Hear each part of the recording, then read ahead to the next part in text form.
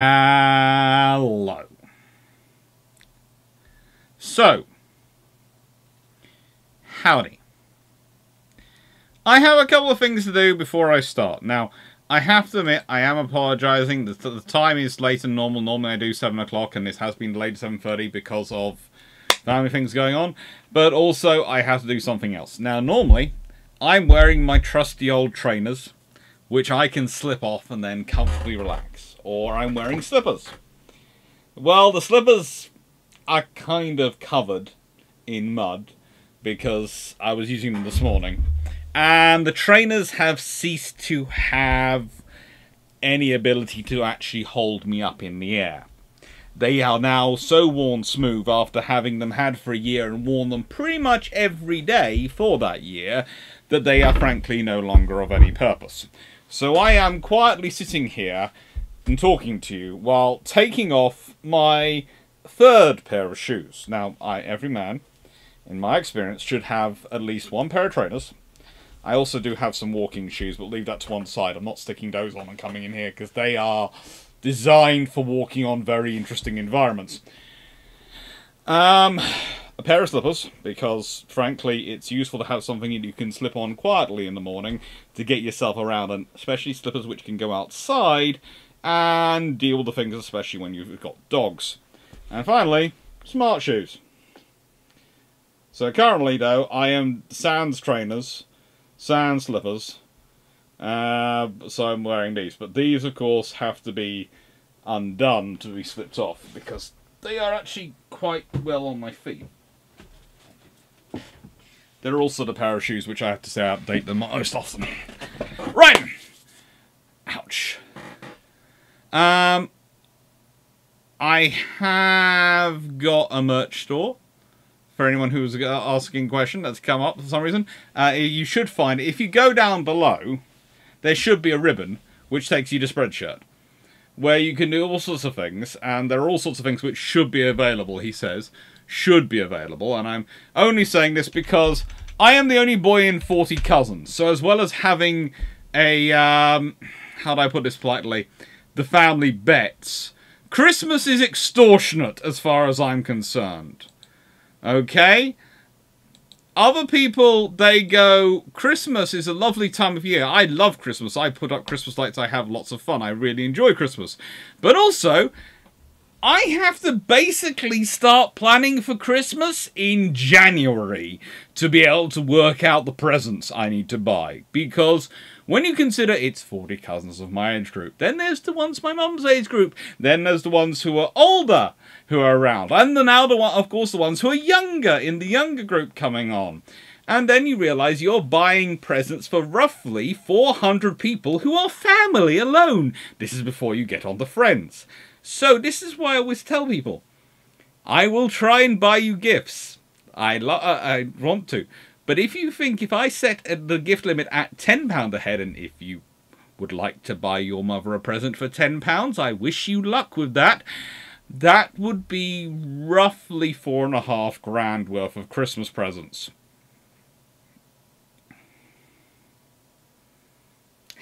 People wonder why I work and I have no money. It's because, frankly, you pay for the research, so I don't have to worry about that.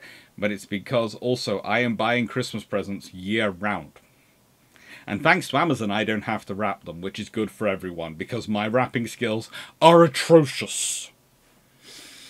But yes, Spreadshirt store. I am going to shamelessly advertise it because any money that comes through that is, I consider it bonus money, and that can, whereas I use all the money for this, for research and for history stuff, Spreadshirt store I basically treat as bonus money, so that does go occasionally towards the Christmas present fund. I know I should leave it all in the history budget, but yeah, that's Christmas present fund. Don't get me started on the birthday present fund. Oh, good lord. People say it's the thought that counts. No, they are checking the price tags. Hello, Mark Harkness. Happy Thanksgiving. My God, Chalvin said one, there's likely to a high sarcasm zone. There is going to be a lot of sarcasm. I have recorded the video for this. I have recorded a long patrol video for this. There is a lot of sarcasm. That's before we get on to the various other things I have going on today in this front. I also picked up my car for tomorrow, right? So, I hired, or rather booked, a large car. I don't mind. The poor people at Enterprise were overworked and underpaid today. But I do find the wider company, I'm sitting there going, just a small thing. Just a small tad thing. But, as a company, you surely realise you have got this all going on. Why in the name of all things holy, and I say this to be polite, why in the name of all things holy are you not prepared for it all to be requesting and to be working? For example, why do you not have enough cars, ever? I'm forever getting cars which are 99 times out of 100, I get an upgrade on the car I've booked, so I don't complain to the people. But I do think this through every time. I go sort of, okay, I get an upgrade, and then sometimes you of course get the opposite. You get the downgrade. It happens. Now, before people ask what why I've not started this, etc., I am just remembered that I haven't plugged in, checked the charge on my camera for tomorrow, so I was just doing that while everything was starting up around me. It's always good to have it starting up around you while you're working. Hello, and get the SD card out. Thank you. Oof. It's fun. Gimbal cameras, SD cards, and all that jazz. Right then, so we have Nelson class, and why they upset Admiral King and many others quite so much. And they really did upset some people a lot. It's quite disturbing how upset people can get about some things which are honestly beyond their basis and already have happened. You know, that's the first thing I would point out about this particular class. They'd already happened. By the time a lot of the people were getting upset about them, they had already been in service for nigh on 20 years. So you're getting upset about something which not only can you not change, not only has it already happened, but you can't change what has happened. You have no input into what has happened. You therefore are making a fuss over something you have no potency over. Saying that though, Admiral King is, I feel, to an extent, justified in this. Because the reason he's justified in this is because the thing is, if you consider that all the treaties to an extent are cheating, there is just the people who cheat by adapting the definition of the rules. The British are supposed to be one of the parties who are trusted and who are supposed to be providing data that informs the writing of the treaties, correct? And yet the British, who have done the most testing and the most development of all these things, do not provide the necessary information for the other powers to work out that this is possible. And the British don't have to provide technical data, just a broad hint would have probably been considered helpful. Just a broad hint. Now,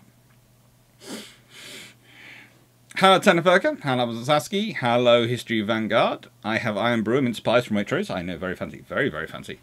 Steve Clarke, Alex should open a merch store with that one. Posters, answer that one.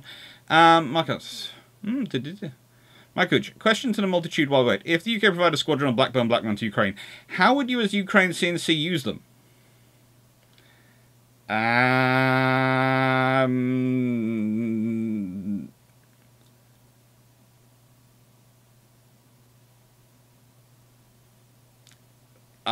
I would hide from them myself if I was Ukraine. Hello Knights of everyone, hello Rowan Cash, hello Michael Cooch, hello Tanaverka, hello Carl Gasberg. Carl, I have got your chocolates. My waistline is not happy I've got your chocolates, but I'm happy I've got your chocolates. My mum is very happy I've got your chocolates. Colin Cameron, Hello. DG40, hello. John Sykes, hello. Nyaki 4472, hello. History Vanguard, ooh, hello.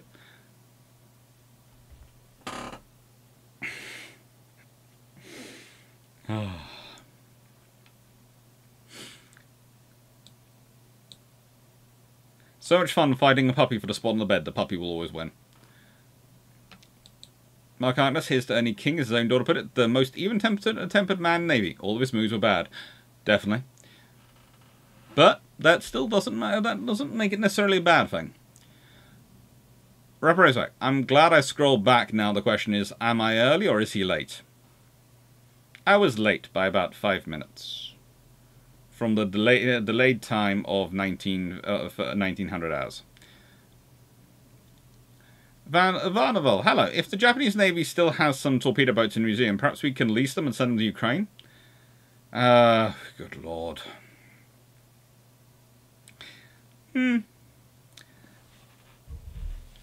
I would also add, fluffy research a certain related incident included me going flying because they managed to do a tag team on the Papa.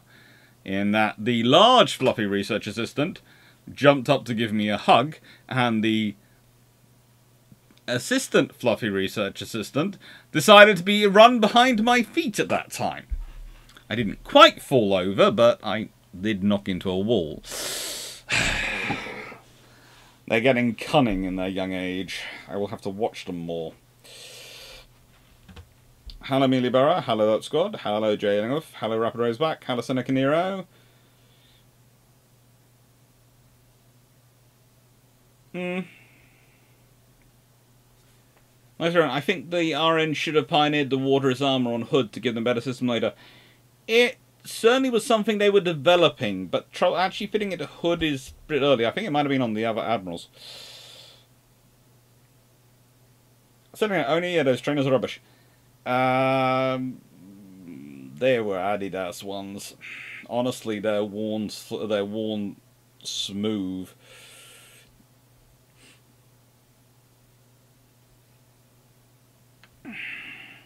Dr. Clarke, Wizard is neither late nor early, arrives precisely when he intends to. The Cutty Sark was a lot of fun to visit. And hello, Bergeron. Hello, RG. Hello, Stephen Richards. John Sykes. I hear nothing but boat shoes. I wear nothing but boat shoes. Sperry top toes. Cool. Hello, Bud Guy. Hello, and happy Thanksgiving. Dominic and Hammer. Generally the same year of the year before. Depends.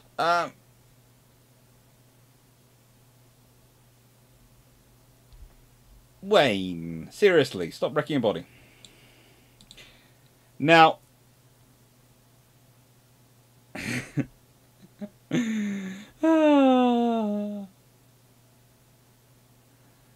Senator, I would just stop buying gifts after a certain age of people. You can have that discussion if you want. My view is if they're buying gifts for me, I have to buy gifts for them. Yes, definitely does, Squad.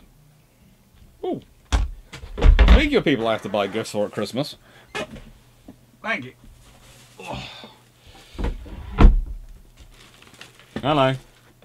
Hello, you. I've spotted you. You're not sneaking up on me this time. What has arrived?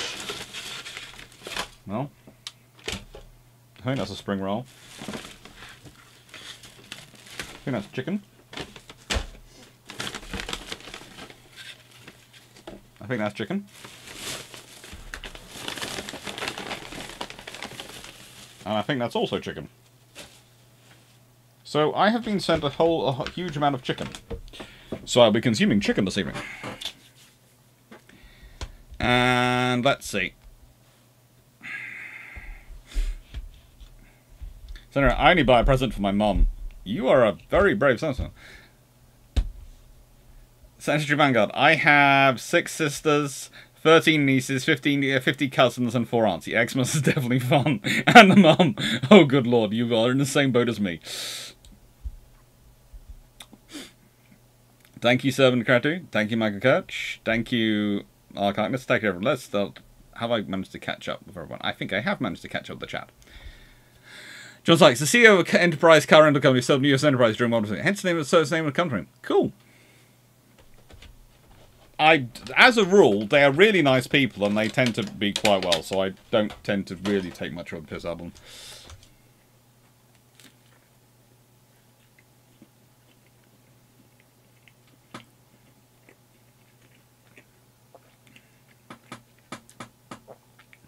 If it had been ready in time, Knights of Greenland, to use water as armour on Hood, they certainly would have been better. And that is something they would have liked to do, but it's one of all those things. It's a case of when is it ready? Is it ready in time to build into it?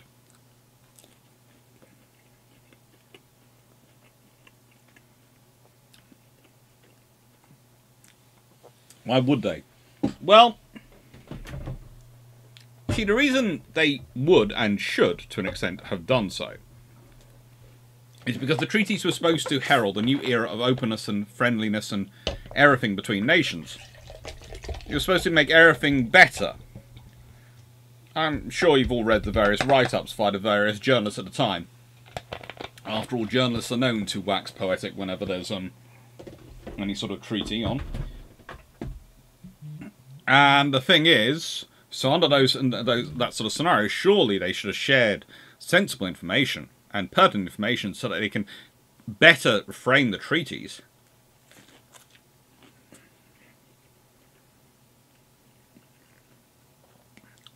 Definitely still enjoying the books, New Maccabee 4472. Hello, Will Atkins. And speaking of that, and speaking of other things, tomorrow we're down in Portsmouth. Now, if anybody wants to know, basically the Canada Naval History crew, minus Garius, aka John Bull, aka our pal, who you tend to operate the camera and do the social media stuff when we move around. It won't be there, but well, I'll also be down with Glyn, going around Portsmouth Dockyard tomorrow, around lunchtime and early afternoon, showing him around. So if anyone sees us there, please wave. We'll be the big group wandering around going, look at this.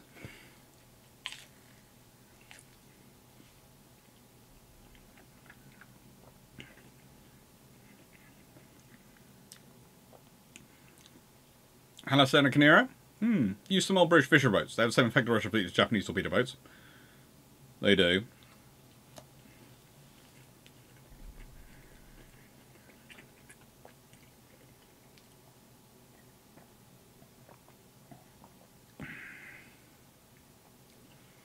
How else was steel crushing tubes on iron bomb capital ships? Depends on the thickness of steel used, depends on the density of the crushing tubes. But you're talking hundreds of tons overall for the system.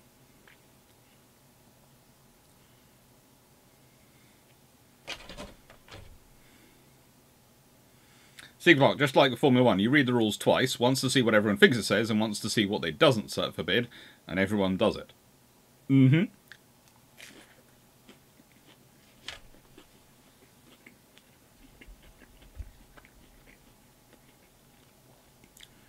Mr. Vanguard, I was on Belfast yesterday. I think I just missed you.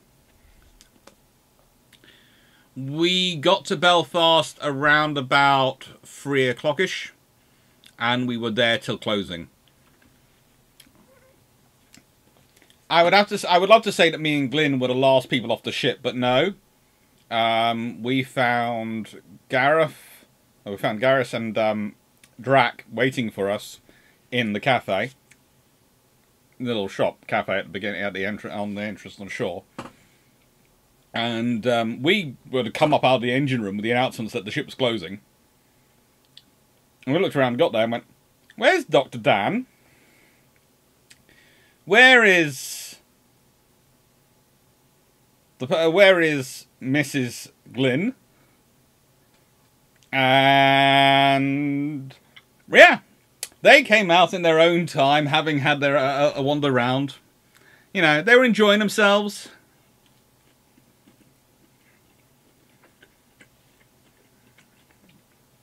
Hey, Jack Ray. Crumple zones on warships don't seem practical. Well, they're for the same reason as you have crumple zones on cars. They're to remove energy from the impact.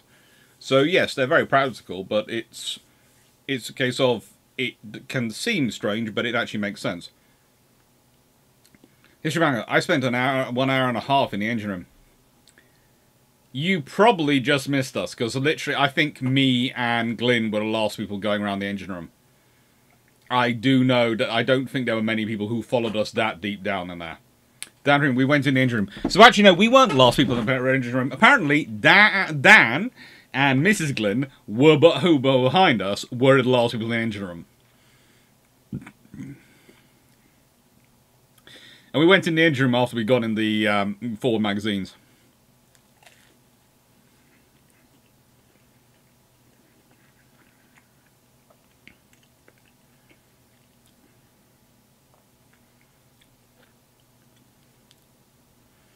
What about the fuel's armor? They did try with coal, and it made sense with coal, but using other things, it sort of, once you get up the line of fossil fuels, they do tend to get slightly more flammable.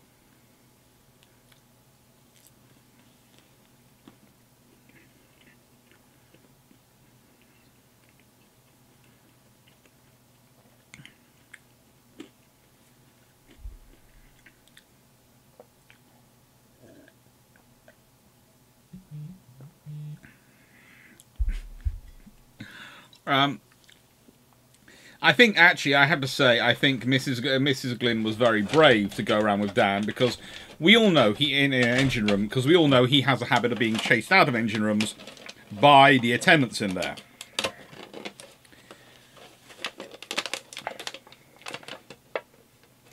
I guessed that nice, everyone.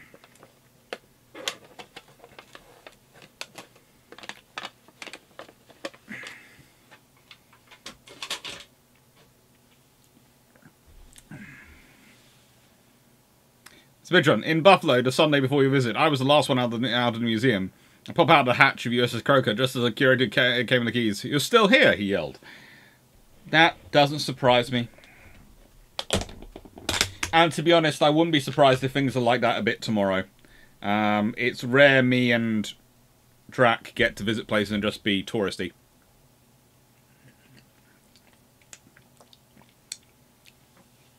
Commonwealth's bungalow sales as torpedo defense? I think they've had a few like that. Let me just check why this isn't working.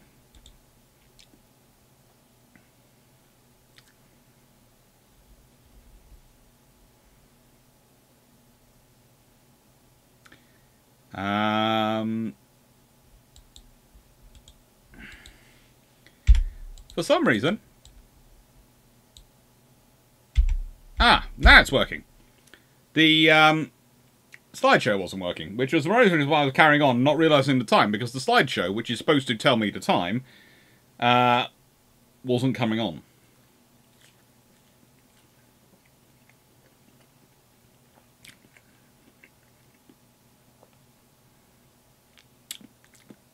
Why is Dan discouraged in the engine room? Because he tries to correct people's signs.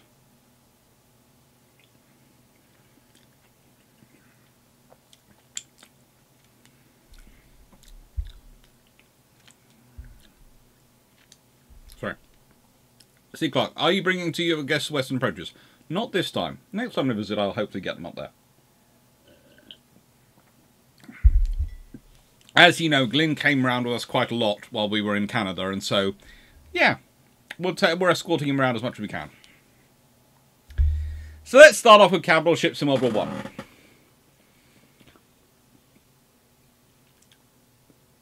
In World War I, there is a certain narrative when it comes to capital ships.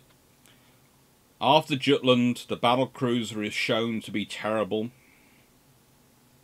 and all that should be built from that point on is battleships.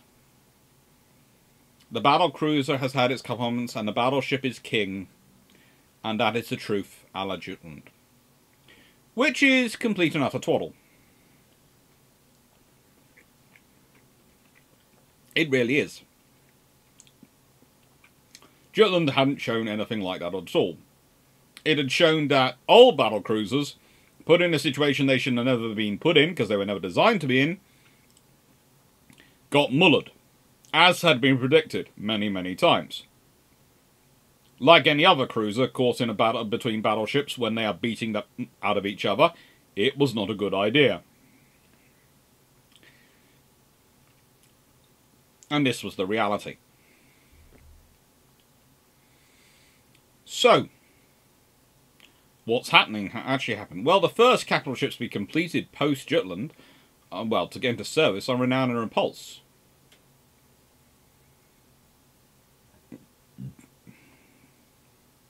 That's what's coming down the line, Renown and Repulse. And then after that, well, it's the Admirals. There are the R-class battleships as well coming in. But it goes R-class battleships, Renown, Repulse. And then it's Hood and the Admirals. Well, they're battle cruisers. And then the next class ordered off them on the G3s, which are also battle cruisers. So the Navy, which has operated the most capital ships in Model 1, has garnered the most capital ship experience in terms of operating battleships and battle cruisers, seems to be going on a very specific route.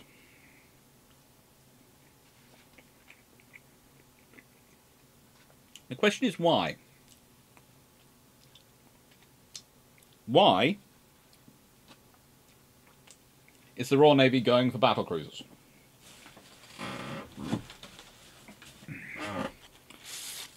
Why is the Royal Navy, which has the experience of Jutland, going for battle cruisers?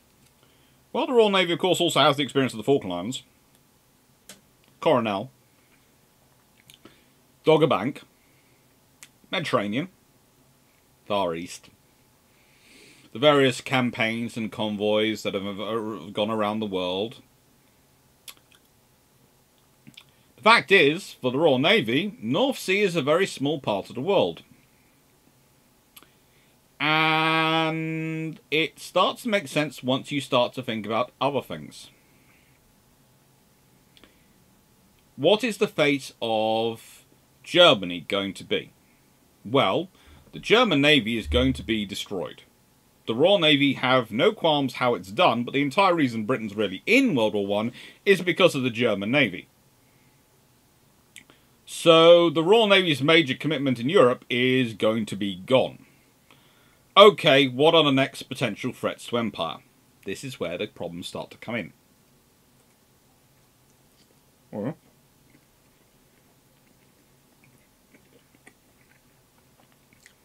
thought I picked up the small piece, not the big piece. Sorry about that.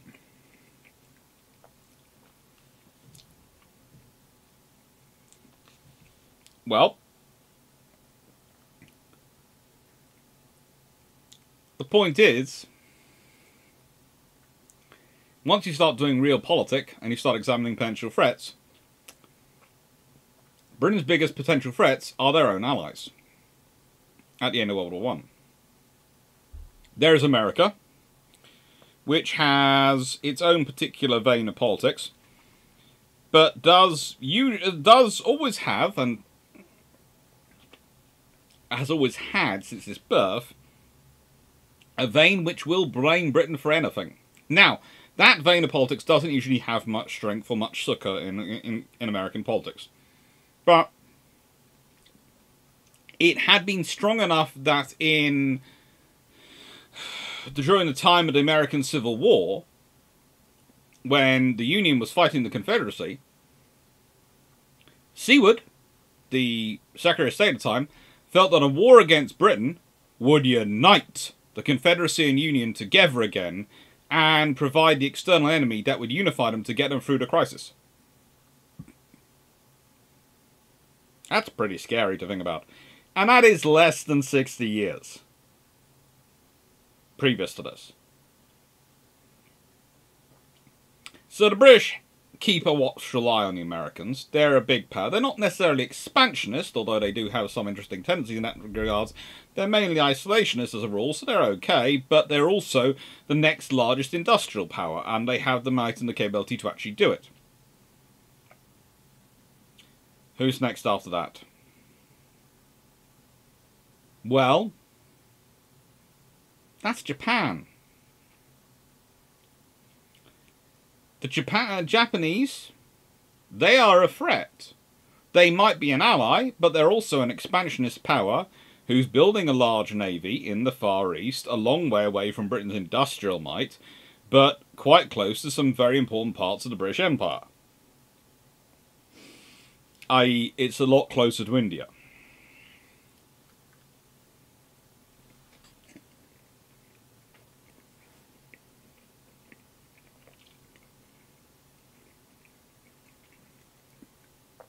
These are some of today's sources. So that means Britain has to think about these things. Britain has to think through what are the options, what are the realistic options. And that's quite scary. That's quite scary to start thinking that. Now, people have also brought up the French. Well, Britain's watched the French Navy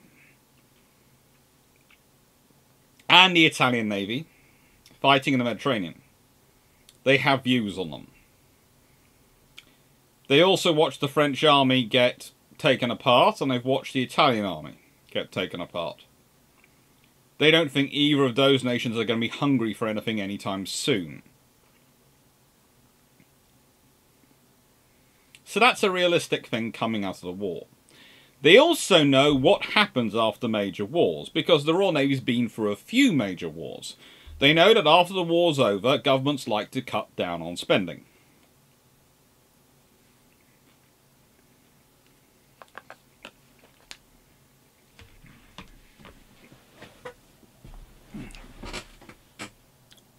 So they know that's coming. So now you have to start thinking on a strategic basis.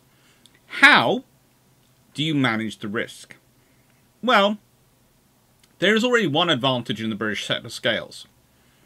The fact is, the British Americans and the Japanese and the Italians, not the French, have already been in a naval race for about 20, 30 years by this point. It's just been a tech race, not a numbers race like it was with Germany. And a tech race is something Britain is quite happy to have. Tech races are far less problematic for Britain to deal with than numbers races. Number races, they are expensive. They cause campaigns like "We want 8 and we won't wait." They cause problems in the House of Commons. But tech races, well,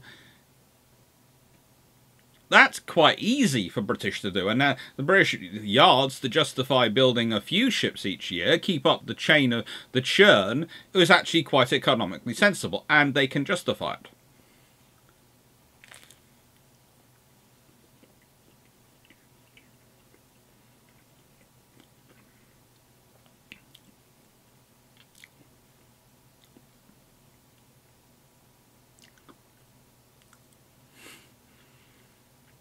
Thank you, Jack Ray. And thanks for giving someone a membership. Manuk, when elephants fight the grass is tramples, much as battle cruisers.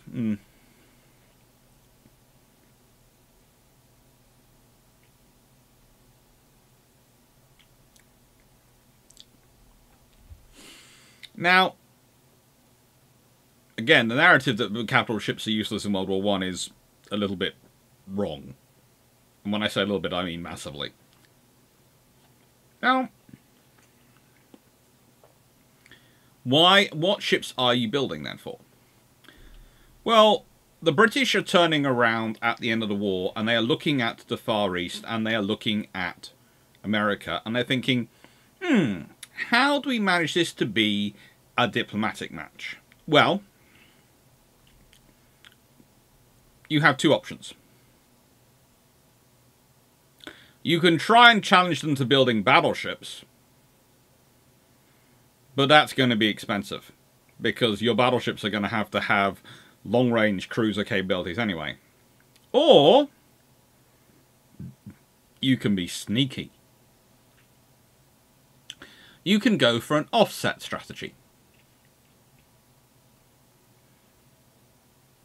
An offset strategy is very simple. And it's most obviously viewable in when you're looking at the G3s and the N3s, and we're talking about that in a bit. But it starts off with the Admirals. You build the Admirals. They are battle cruisers. Now, everyone knows from Jutland, the lesson from Jutland that the British are quite happy to spread out, is battle cruisers aren't as powerful as battleships. I.e., they can't win in a fight with a battle fleet. So, imagine the thought that goes through politicians and most people's heads if they see Hood or the admirals turn up, especially if they'd managed to build them because the war had gone on long enough to manage to get them through the cost of building them so while the war was on, when those ships turned up. When those ships turn up, when something like this turns up, you're going to go, wow, that's big, that's powerful, it looks impressive, it looks massive, it looks like it's here. It's got 8 15-inch guns, it's got, oh, so long, so fast, so gorgeous and elegant lines, so many crew, all smartly turned out, all running about. It looks fantastic. And then you get told, oh yeah, this isn't even our most powerful ship. This is just the one we sail around the world in.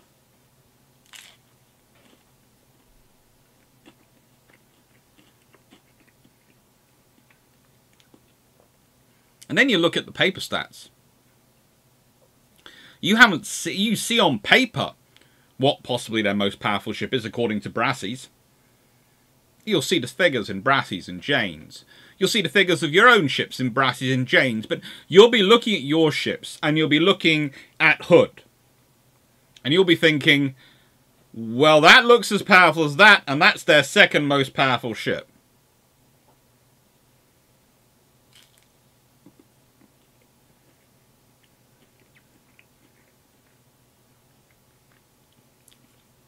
It's about deterrence. It's about conflict management, and it's about making you think that maybe the risk of battle with you guys, of war with you guys, is not a good idea.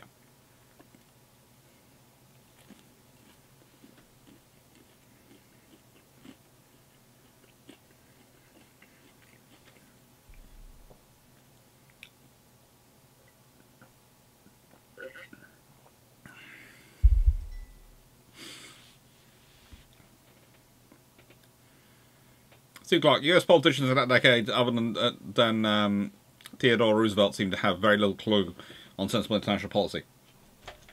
I would argue that America was very lucky with both Roosevelt presidents in being at the time they were. How did I not know about warships projects 1900 and 1950 side? By the way, all these sources, very, very good. I have both versions of British warships of the Second World War by John Roberts. British Battleships World War II by Alan Raven and John Roberts is very, very useful.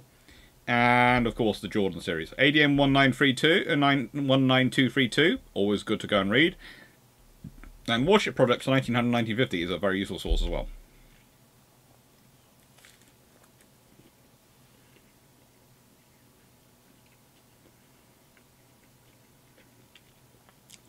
Con Cameron, I have no idea how Custer would have worked. I would have to do a lot of testing. But please, perhaps ask Drac to test that, because that could be safer to be testing than his current obsession with Greek fire.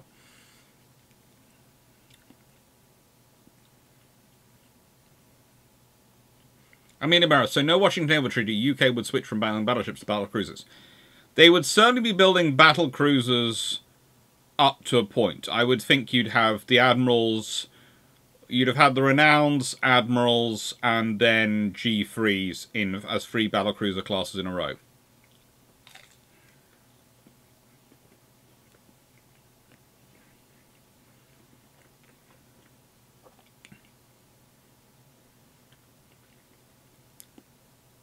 I read the US didn't find out that Hood was find out what Hood truly was until 1924, which would have been during the Empire Cruise. Not sure how true that is.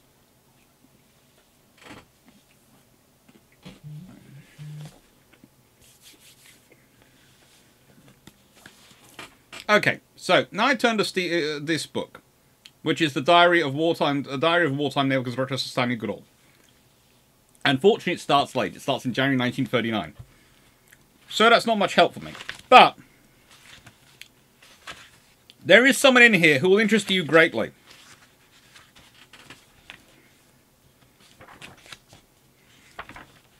And it is a very good book.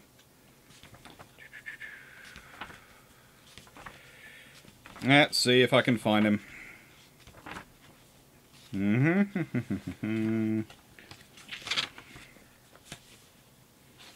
And he's a very special American.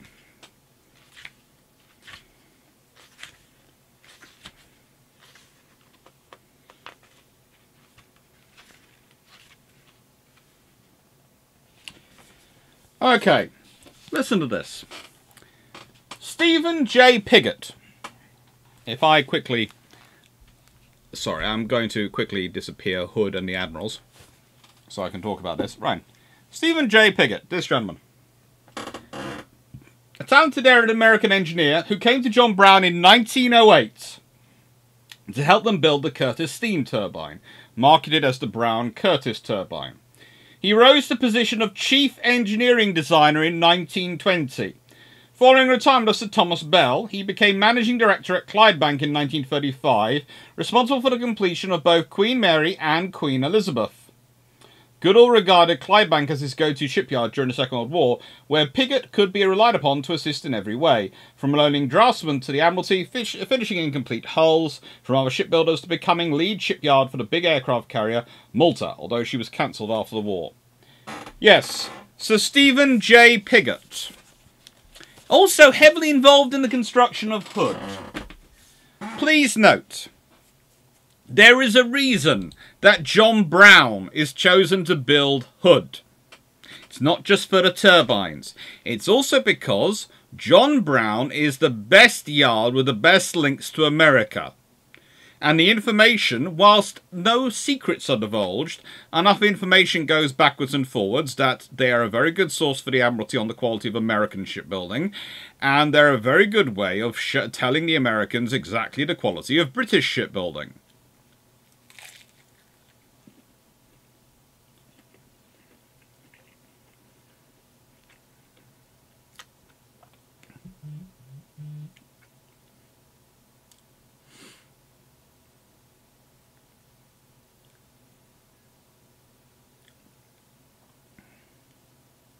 Now, don't remember, that plan sounds like it relies on other powers not acting in response to them at all until they show up outside their own coast. The thing is, you probably will do, but also the thing is how you've got your current building programs locked in. And that's something else the British do know. Again, one of the interesting problems that comes up is the British build slightly differently, because the British take shameless advantage of their own industrial complex. They do not order and program their fleet as long-term in advance as the Americans and Japanese are doing. This causes some authors and some historians to go, well, the British were planning on not building any more after the end freeze. Really? You really believe that? No, they had the plans. They just weren't going to firm up until they got closer to them in technology. Frankly, planning ahead for the end freeze was long-term by British shipbuilding standards.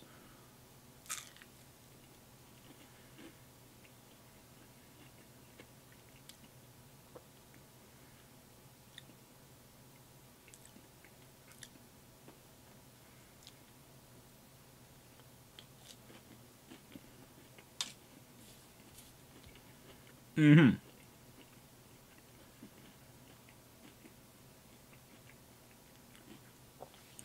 Hello, Zachary Gherkin. And the point is, these ships would be seen as the representatives. That's the point. They were supposed to go out and be representative.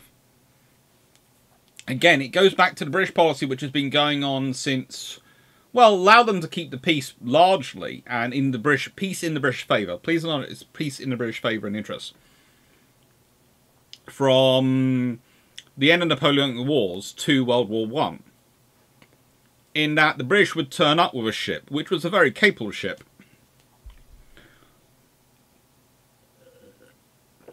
But it was quite obvious it wasn't as capable. It was very plainly stated, oh, this is our large cruiser, or this is this ship. It's not our main battleship. And the point is to make you think what the battleship looks like. Not what a battleship actually has looked like, but what what it is.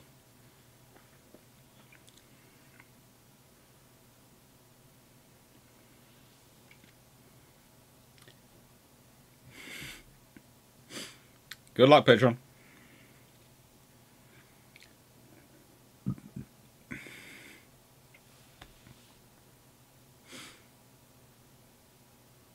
Oh, good lord. I've now set everyone up with the Greek fire debate.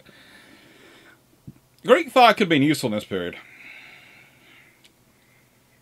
Could have been useful.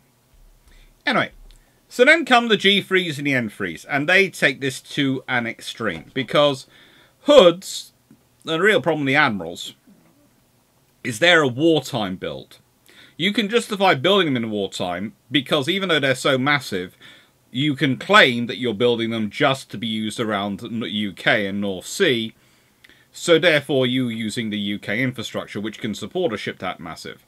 And only once the war's over would you turn around to the government and go, well, now we want to deploy them, so we need to build those shipyards and those facilities out around the world. We need to build a bigger graving dock in Hong Kong and Singapore, Mr. Prime Minister, because, you know, we built these ships to fight the Germans, honestly, Mr. Prime Minister. But now the war's over, the Germans, we have to think about other threats. And we need to get these ships out there. So can you give us funding early to go and do the yards, please, Mr. Prime Minister?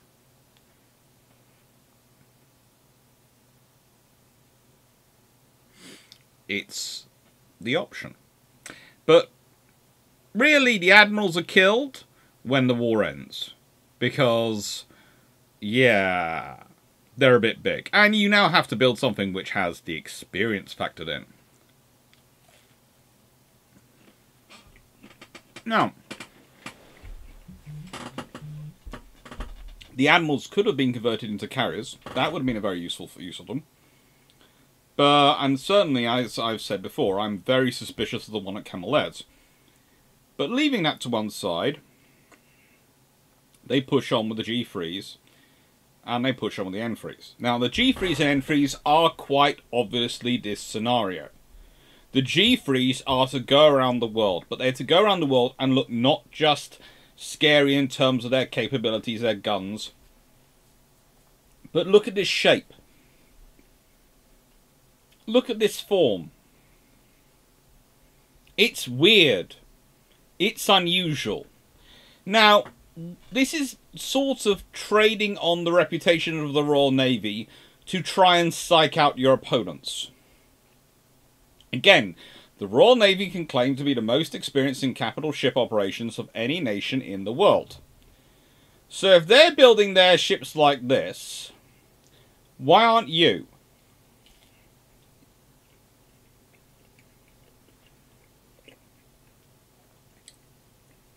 Why aren't you? You imagine the conversation. You've got an admiral sitting there in charge of the Japanese or the French or the US Navy, sitting with a bunch of politicians who have just been wined and dined aboard a G3. Politicians who just realised that the G3s in this world, they also mean there's N3s in this world, and whatever's come after them. Politicians who are now looking and going, why do we have ships which are not designed thus? And you're having to explain why.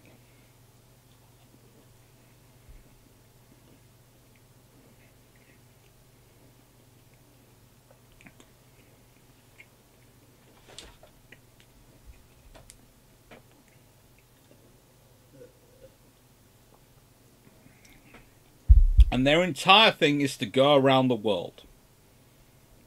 Their entire thing is to be the presence around the world. They're designed to be thus so they can fit in the yards available, in the graving docks available around the world.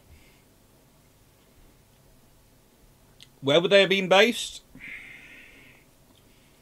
My honest instinct is to say that if you have the 4 G3s, the 2 Renowns and Hood in service, you have 7 battle cruisers. Hood and probably a pair of G3s would be based in the Atlantic and would be operating from there. Renown and Repulse would probably end up getting base in the Mediterranean. And the other two G3s would probably have ended up getting based in Singapore.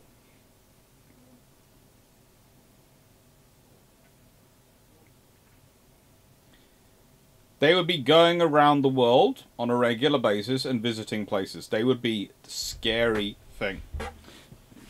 Because they are scary.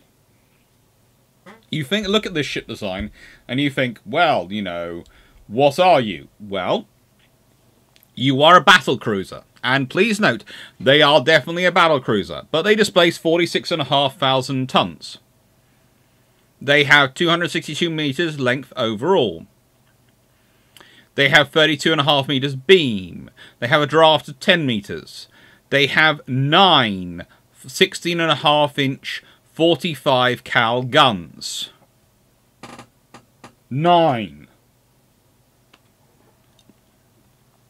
They have 16 152mm, that's 6-inch 50 cal guns.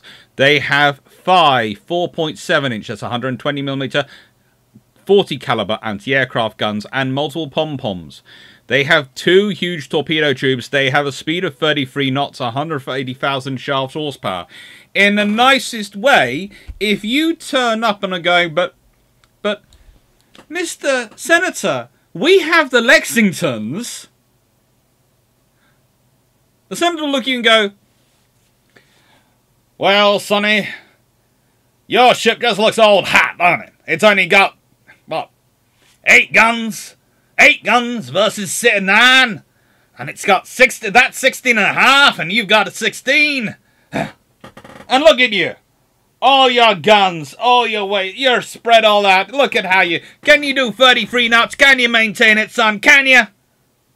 Terrible American accent, but that's my basically mildly untrained senator accent. This is the reality. This is what it is built for. People call it the Washington. They call them the Washington cherry trees and all these things as if they're designed to be plucked off. That is, to the extent, a bluff in their construction based around that. Certainly, there is a bit of a bluff there going on for that. In that, if they do get lost, well, that's no skin really off the British nose. But they would have been useful. And the other bluff is, if they are built, they are going to cause everyone else to reassess their construction programs. That's the entirety of the G3 and N3s. This is the beauty of them. You think, you are building a ship which looks like a modernized Queen Elizabeth. Even the Key class and all the other ones, they look conventional super dreadnoughts, don't they? They might not be, they might be far better, but they look like it. These don't look like anyone else's dreadnoughts. These look different, which means you have to explain why they look different. Why are the British, the Navy with the most experience of capital ships, the most capital ships at the moment in the world, and the most reason to invest in quality capital ships, designing ships so different from us? These ships are designed from the get-go to cause you trouble in your own procurement.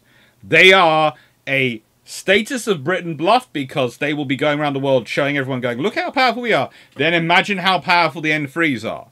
Let's put it this way. If you see a G3, you know it does 33 knots, you know this. Are you going to necessarily believe all the figures about the N3?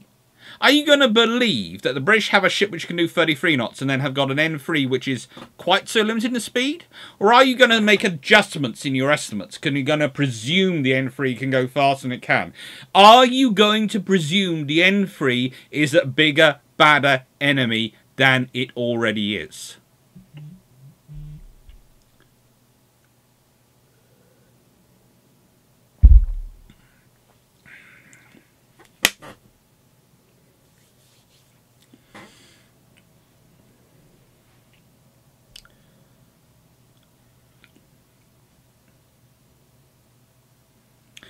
Just long. It reminds me of another Admiral that had to explain how stuff worked to an MP.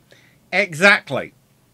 If you think you get less informed questions today than you did then, you obviously haven't been paying attention to Well, a certain class of battleships that we group of battleship designs that begin with a T.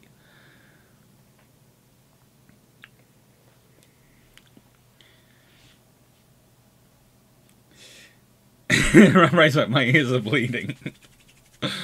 Gee, please, I just want cuddles. I'm not scary, I just want to say hello. Yeah. Well, here is the N3. And this is the other point. What were the N3s going to be? 18-inch guns. Okay. Let's think about that.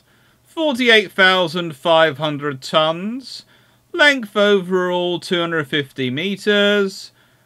32.3 meters beam. Draft 10 meters. 16 of those 6-inch guns.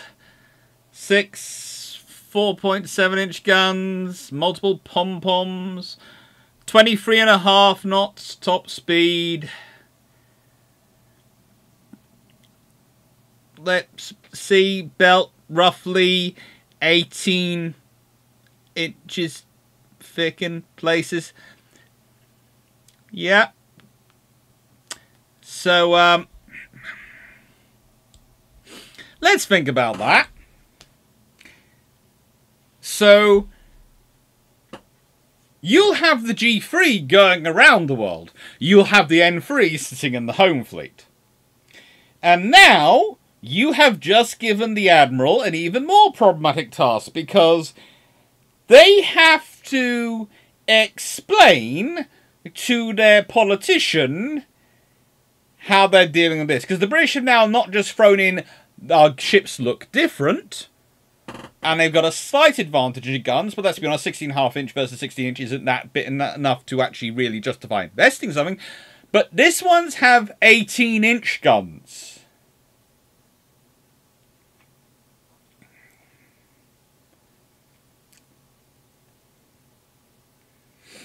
Yes, Mr. President, we are building a load of 16-inch battleships we've ordered a long time in advance. Yes, Mr. President, yes, they do. They don't fit with current naval thinking. What do you mean they don't fit with current naval thinking? Well, have you seen how the British are designing their ships, Mr. President? Yes, we think the British have a reason for this. And yes, the British are building battleships, Mr. President. Yes, they've built them. And yes, they have 9 18-inch guns. Do they work?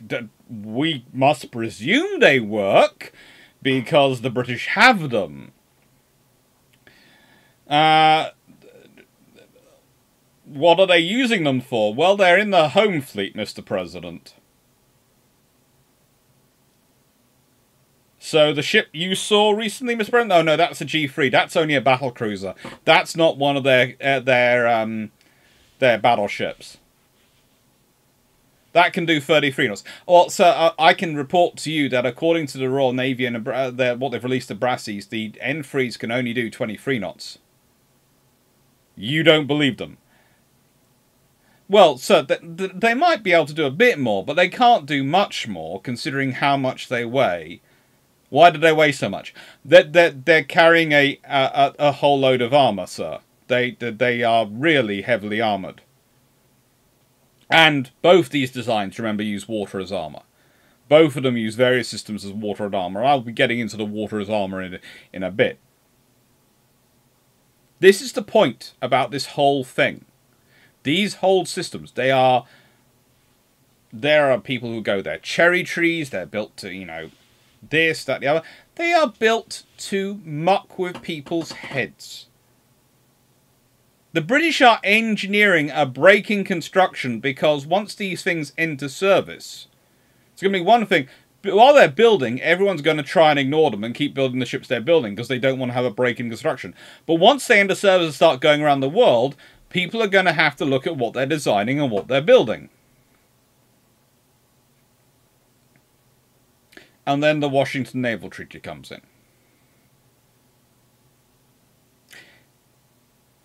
And this is a problem. CDodders, could you disguise a G3, an N3 as a G3 by throwing up a fake tunnel. I am always surprised by the fact they didn't give the N3 an extra funnel just to basically wind everyone up. But basically, you can see the differential. The G3 has to have 3 sets of boiler rooms and 3 sets of machinery spaces. The N3 has 2 sets of boiler rooms and 2 sets of machinery spaces. But I would say this. There is a lot of subdivision going on here. These ships are designed to take a pounding and keep working. So then the Washington Treaty comes along. And if you're the US Navy and you've been looking at all these designs and working out what's coming up in your future, you are probably breathing a sigh of relief. You're probably going, hallelujah. Hallelujah. They're not going to come again. They won't come again. No one will bring them up again.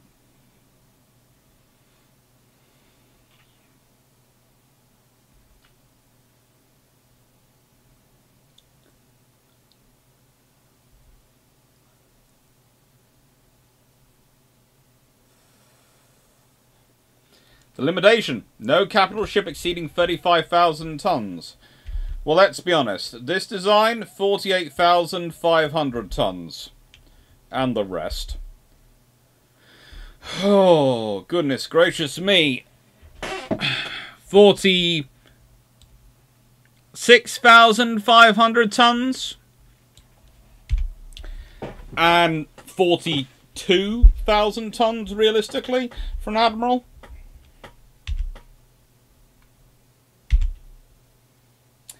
$35,000 tons.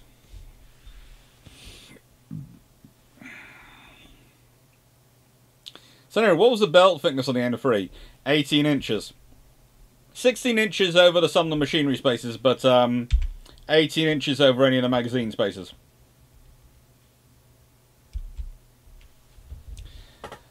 Bishon, Yamato versus G3 N3s.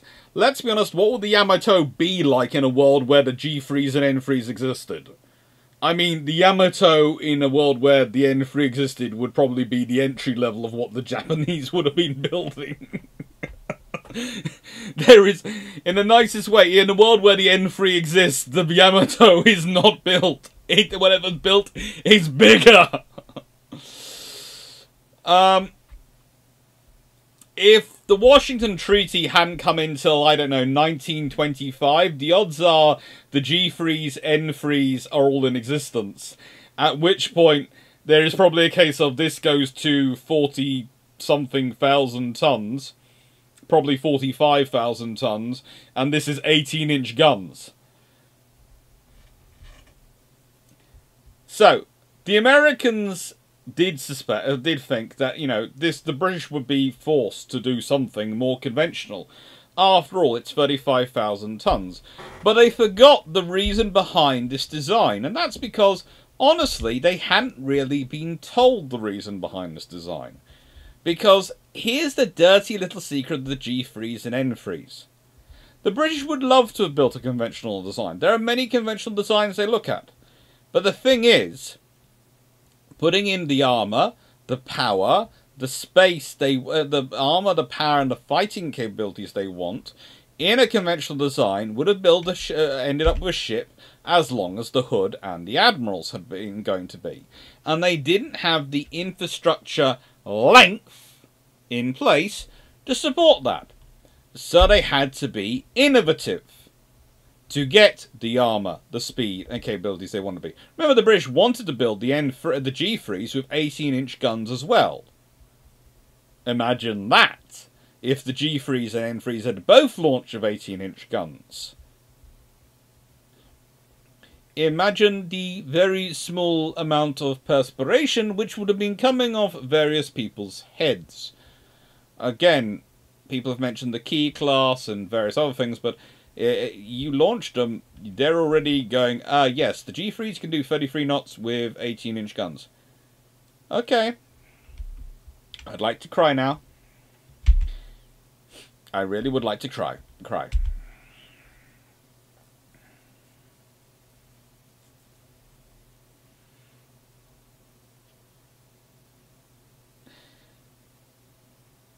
Naval Specialist the Senator. I'll explain it so simply. A hamster will understand us. I'm hoping it'll be enough to get you to understand because I can't simplify it even more. No, actually, Darius, I'll explain this so simply the hamster will understand this, and then the hamster will hopefully be able to explain it simply enough you can understand it. New York 47, if you build an 18-inch gun, you are daring someone to build a 20-inch gun or greater. Yes, good luck. JNF definitely comes under the design to make 23 knots at least. Yep.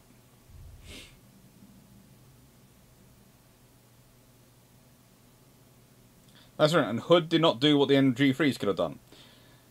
Hood could do, in terms of presence, what the G3s did, and did try to do that, and certainly was used to do that, but it couldn't do it as well, because you couldn't really forward base Hood, and there's only one Hood. There were to be 4 G3s.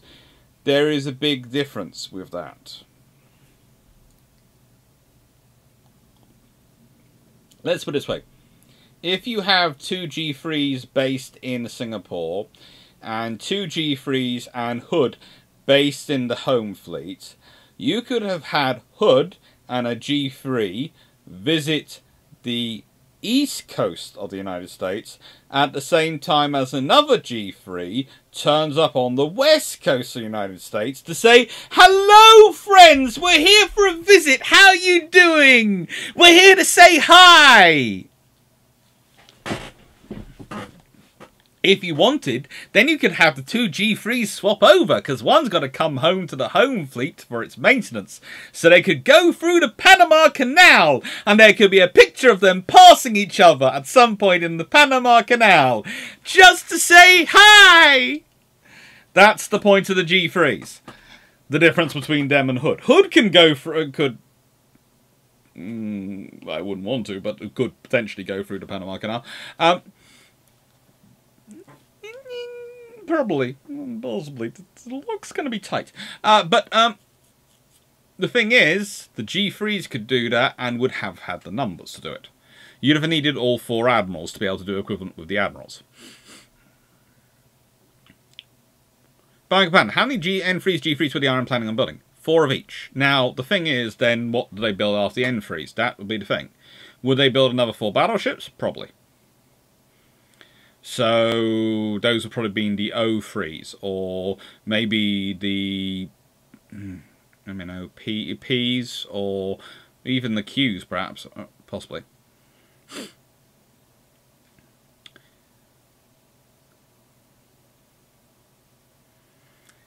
Vigilant. South Dakotas would have had 12 16-inch guns compared to the N3s, sort of like Montana's versus Yamatos.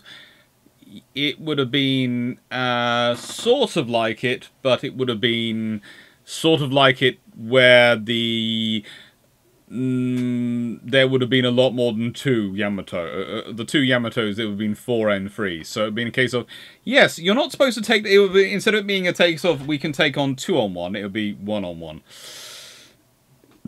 How high were their belts? Well, you can see here. They have a pretty sufficient belt. Again, this is the G3s.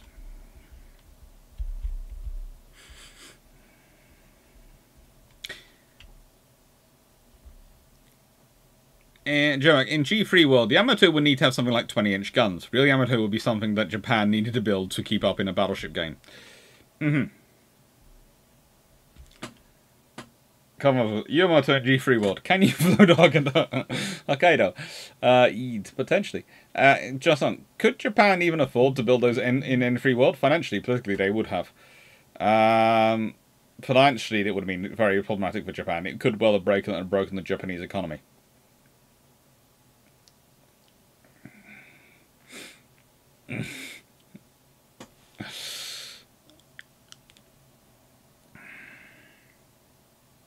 British human response is messing people, truly brilliant.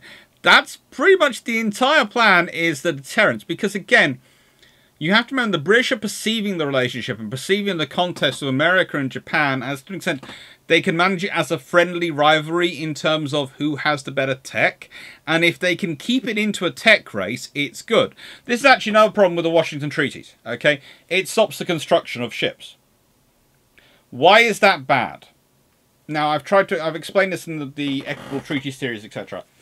If you allow no construction, people feel afraid because they're looking at the most recent construction. They start doing nasty things in their heads. They also start adapting what they've already built and modifying it and playing around with it, and that can cause more things to creep in. But if everyone's allowed to do a low level of construction, so here the British are allowed to build 2. If the thing had been set, okay, you're allowed to build no more than 2, instead of saying no construction, saying you're allowed to build no more than X percentage of your force every few years. Again, it's far easier if you've got 20 ships for the British and 14 for the Japanese, because you could set it up as the Japanese are allowed to build roughly 1.5 ships in any 5-year period, and the well, let's say if you give the ships a 20-year lifespan, and you divide the 20 by 20, you say the British you're allowed to build commission one ship a year. So you're allowed to keep, well, if it takes 2-3 years to construct, you're allowed to have the construction program having 3 ships at any one time, but you're only allowed to be commissioning 1 new ship a year as long as you take out the other ship. And the same to the Americans, so they could keep up a conveyor belt, or they could build a couple every 2 years or something like that. And the Japanese, it'd be a case of, right then, you're allowed to build over every 5-year period. Well, you're allowed 14 ships out of 20, over 20. So let's be honest, out of every 5-year period, that's 1.5, 5. So 3.5 over a 5-year period, or 7 in every 10 years. So you're allowed to build 7 ships over any 10-year period.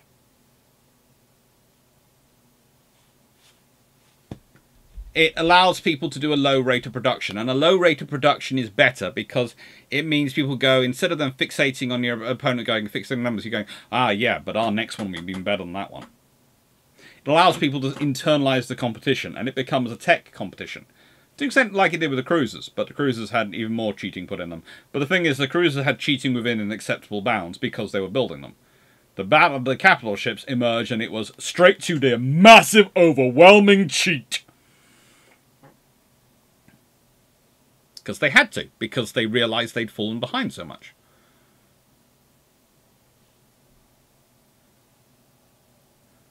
British aircraft. It would be funny if the RN nicknamed an 18-inch battleship Tiny and then publicised the nickname like this guy.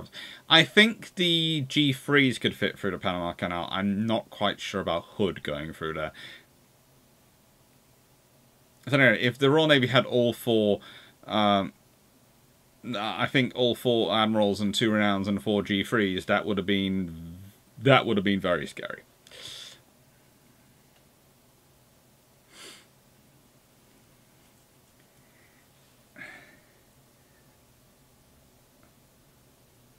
God, if the G3s had infeasible, would the 3rd turret be moved away from the Cupid position? Well, this is where things get interesting, because you have the Washington Treaty, and while that's being negotiated, the designers are already starting work on what the British are going to build.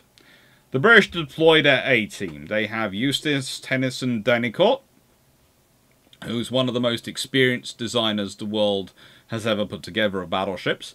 Director of Naval Construction, 1912 to 1924. You may not like all his work, but you have to acknowledge he's done a lot of it. Stanley Goodall had headed the design program which led to the G3N3 designs. This is after he's come home from America, where he's been advising them. Director of Naval Construction, 1936 to 44. Again, one of the most experienced battleship designers in the world. William Berry, Director of Warship Production, 1917 to 1924. Director of Naval Construction, 1924 to 30. Again, one of the most experienced designers in the world, and one of the people who've been key to keeping the Royal Navy afloat, and repairing damage from Jutland and all the other things. Again, one of the most experienced designers in the world. Edward Atwood, Constructor Superintendent, one of the most experienced designers in the world. There is a theme going on here. None of these people are what you call amateur hour. In fact, honestly, you could potentially call it overkill. In fact, I'm fairly certain a large number of people would have called it overkill if they'd actually realised how much the people probably cost in wages to be deployed to this task. But the lucky thing is, the person signing off on the wage bill was someone who never bothered with accounting in his entire life, Admiral Beatty. So, there are good points and bad points. In this case, he has no concept of accounting. He also has no concept of what can we design for it.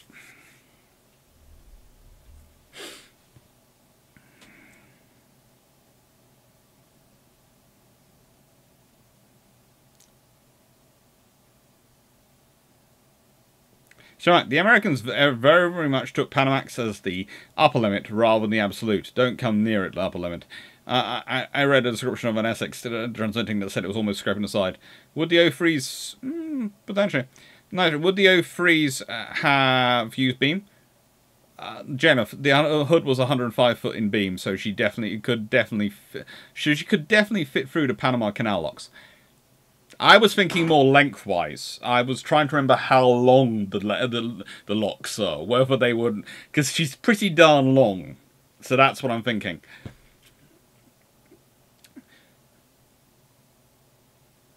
Would the O-Freeze have used knowledge from Hood's operations? Probably. G-Freeze were going to. Everyone talks about the Japanese building 65,000-ton 18-inch gun battleships. Can you imagine carriers with armoured flight decks built in their place? Yes, I think I can. It's called the Taiko. And the Shinano, if I remember correctly. They're fairly interesting designs.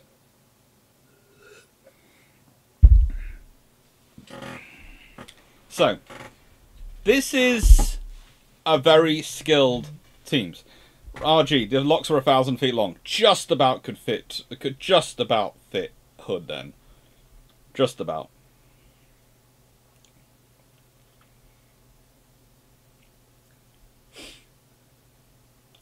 Afab, if this class had gone through, no German capital ships in the late 30s era, there would have been no way they could make steps that far. This is the other thing if you build these ships. Again, this is another way of the British going to the Germans. You're never getting back in this building race. The reason the Germans are able to build the ships they are is because of the fact there isn't a building race. If there had been... only Taiyo was a separate class. Yes, I know Taiyo was a separate class, but she's sort of the Japanese... sort of working on an armoured carrier, so it sort of gives you an idea if you look between the two.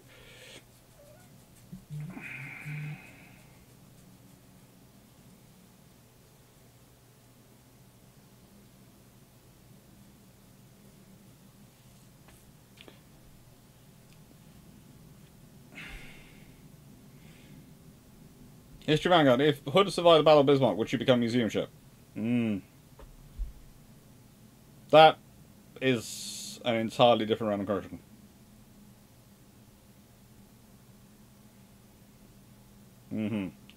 Alright.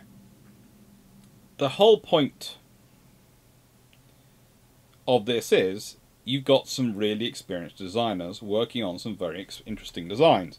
And one of the first set they come up with are these, the F2 and F3, which are ordered by Beatty. And these are the starting proposals of the all-forward gun arrangement. And this is when they're designing to 35,000 tons. Not less than 35,000 tons, designing to 35,000 tons exactly. One can imagine what they could have done with 38,000 tons. Please also notice the caliber of the 15-inch guns. They are 15-inch 50 cals. If these had been built, the odds are the rest of the Royal Navy would have been upgraded to 15-inch 50s as well. So imagine that. Warspite with 15-inch 50s. Queen Elizabeth with 15-inch 50s. 15-inch 50s involved in all the battles the Royal Navy battleships get involved. The R-class with 15-inch 50s. Now, if you want a good idea of what a 15-inch 50 is capable of, you need only have a look at the Littorios, who had 15-inch 50s, and frankly, they were frigging scary. And very, very capable. Well, 15-inch 50, in terms of Royal Navy. Everything armed with a 15-inch 50. And that's what would have happened if these ships had been built. The odds are the King George V's would have been 15-inch 50s as well. Because if you've got everything already with 15-inch 50s, why would you then change? Now, we'll get into the debate on why they end up with 16-inch guns, but look at these things. They have 12 inches and 13 inches of armour. That's not far off. That's battlecruiser range armour, but that's a lot of good armour. They have speed. 9 15-inch 50 guns. 16 inches of armour on the front plate of the turrets. 7 inches on the top. 12 inches around the sides and the barbettes. Or 13 inches in the case of the 6-gun. The F2 is basically an all-forward version of the Renown class. Just with a speed of 29.5 knots and enough armour to take a small, take the pounding of a small herd of elephants. The F3 comes in at 28.5 knots. 96,000 shaft horsepower. And if you want a really scary idea, imagine what the Royal Navy would have done with 38,000 tons if they decided to copy the trick of the Lexingtons with an extra 3,000 tons. Imagine what these ships would have been capable of.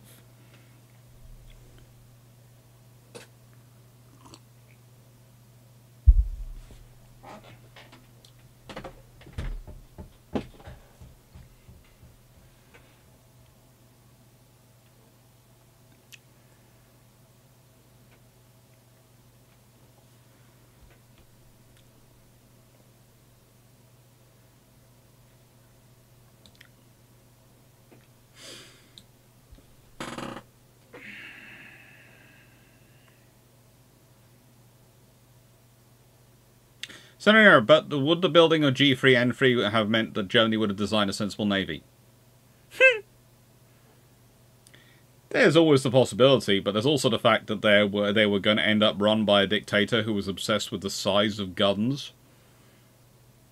He was very obsessed with making sure he had the biggest pole possible. It was really quite an obsession. It was almost rivaled by the obsession of Mussolini in that regard, of who had the biggest pole possible. So, frankly, you know, the biggest tube possible, the biggest barrel possible, was what they were obsessed with. So, frankly, the odds are it still becomes an issue. And they still try and build to match. And if they can still only build 11-inch gun ships, well, let's put it this way. If F3 class are being built and the F3 catches up with Gneisenau. So Gneisenau escapes because it manages to get fast enough to get away from Rodney when Rodney's going at its top speed, which is 25 knots. Which is, well, theoretically 23 knots, but as we know is probably closer to 25 knots. Working up, etc. This thing would have carried on up to 28.5 knots. Maybe faster. Who knows? That's its official speed, remember? Who knows what its hull design, etc. and a captain like Darrell Hamilton would have achieved with it. The question then becomes, does Gneisenau escape? And if Gneisenau escapes, what happens to the rest of the German fleet? Because if the Gneisenau and Scharnhorst coming back in one piece is a big thing why the Germans believe it's viable to do what they do later on with Bismarck, etc. But if they've lost Gneisenau... Oh...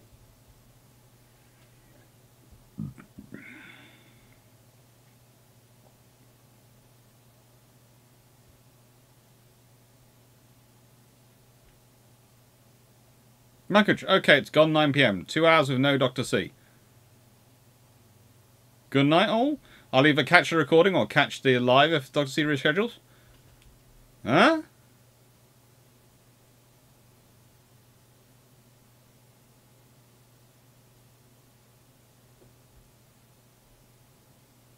Can someone message Michael? I'm not sure what's happened. He's chatting away in the chat. And I think,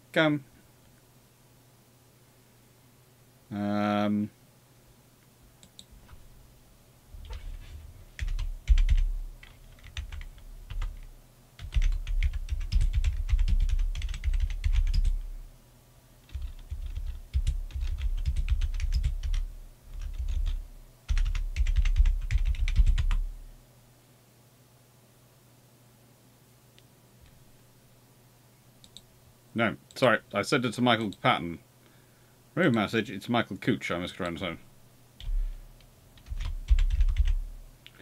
Cooch. And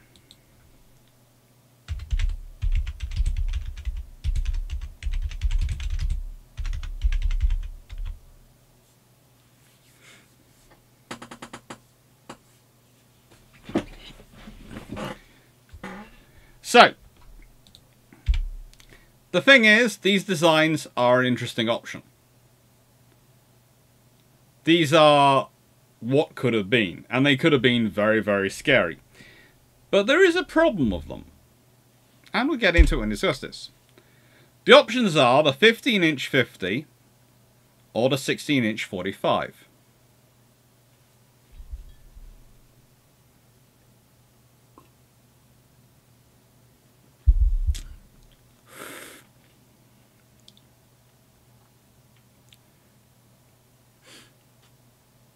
That's a scary options either way. Nice hearing. So a hood with a 15-inch 50 cal would be scary. Yes. A warspite with a 15-inch 50 cal.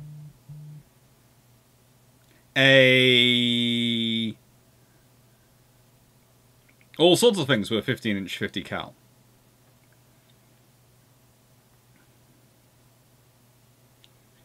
Reparator, if I filled a coal bunker with coal and then poured water in to fill the gaps, I can't use the coal as fuel. But would it make more effective protection than coal or water by themselves? Possibly, quite possibly, but you know, it'd still be. You've got a lot of water in your ship then at that point. Jared, improved supply of gun tube replacements are all the same. Yes. Colin Cameron, Warspite 15-inch 50 is at Calabria. Gilead Cesare will not escape. City90, I heard those Queen Anne mansion bridges were gas-proof. Does that mean they're overpressure like the NBC system? To an extent, they could. They were designed to certainly... They were designed with the best knowledge of the time to try and make them gas-proof. As Nine Freeman points out, HMS Warrior had an overpressure gun deck. It's not really a new idea. There are a few options around now. Colin Cameron, if the 1550 is introduced, do we see the entire fleet getting at least a mild refit when regunned? More than likely, because they'd have to. Albuquerque, what's the advantage of F2 design over the Redowns? Slightly better armour? Looks like a flop to me. Basically, the armour, the 15-inch 50s, the organisation of the guns, and the range is the advantage. But honestly, the F3 is the big advantage. The F2's done because so they can do an F2. Basically, they have to do the options.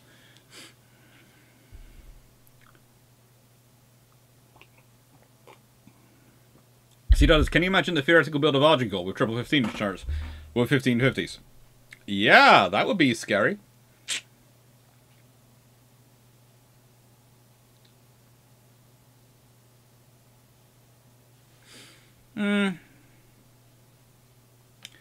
No, you see, the thing is, I read it as him saying he hadn't seen me. Okay, it's gone 9 PM, 2 hours with no Dr. C. Good night all. I'll either catch the recording or catch the live if Dr. C reschedules. So that's what I thought. I thought he'd gone. I think he's gone.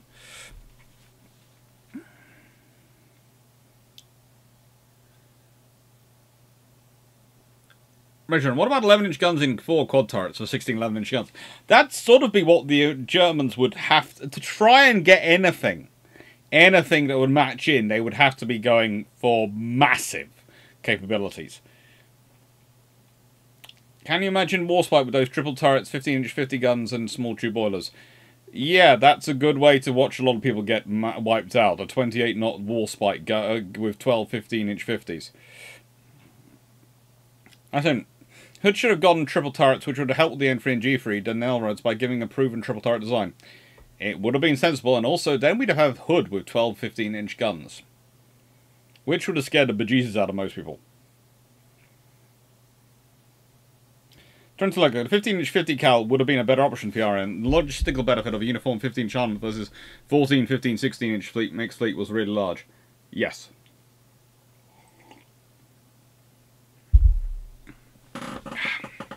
So,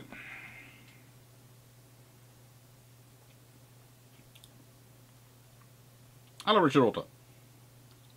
And yeah, Jack Ray has gifted memberships again. Thank you very much, Jack. It's very kind of you. You're making sure I have to do all those emojis and badges, aren't you? I'm gonna have to spend some. I'm gonna have to detail some of the stuff later. I'll take some photos while I'm wandering around the dockyard to use for it, so I can do some really special ones. Anyway, so surely this should be a very simple thing. 15-inch 50, obvious, right? Go for the 15-inch 50. It will make everything, all the guns, all the systems, just that tad lighter. Yes, the barrel will probably be a bit heavier, but everything else will be lighter. You have a more powerful weapon. The 15-inch is going to be a great gun. You already have proven shells for it. If you're using those proven shells, the existing shell stock, everything makes sense. But remember what I told you about the plan with the G3s and the N3s.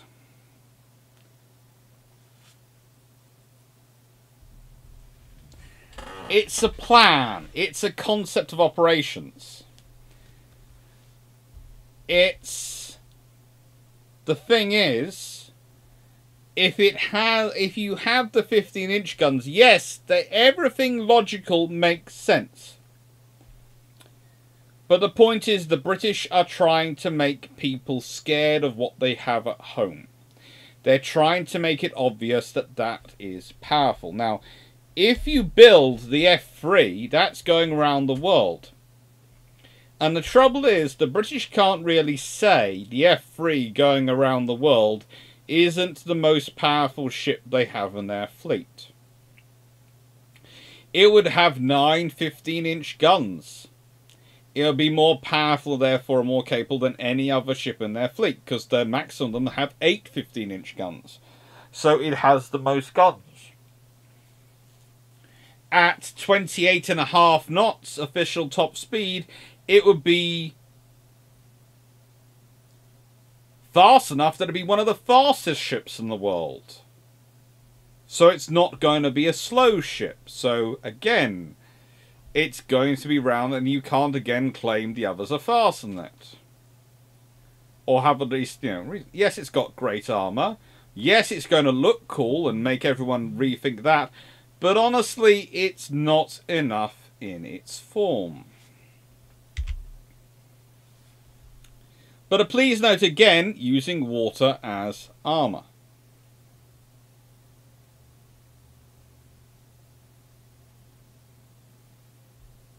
Now, this is not the later... Please note again, people often look at this gun and they go, oh, they must be talking about 15-inch 45, as they were later looking at the King of the Fifths. No, it was a 15-inch 50. So basically, the idea was to jump from the 42s to 50s. So think of that in terms of gun barrel length, right? 42 times 15. Well, this is where I get to do some maths. 684 inches. 50 times 15. 750 inches.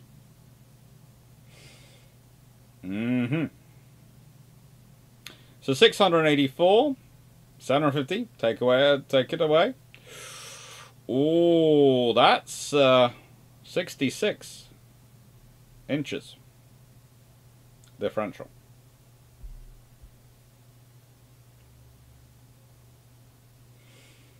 That doesn't sound like much. That's 5.5 feet. But 5.5 feet can make a big difference in terms of the capabilities of your guns.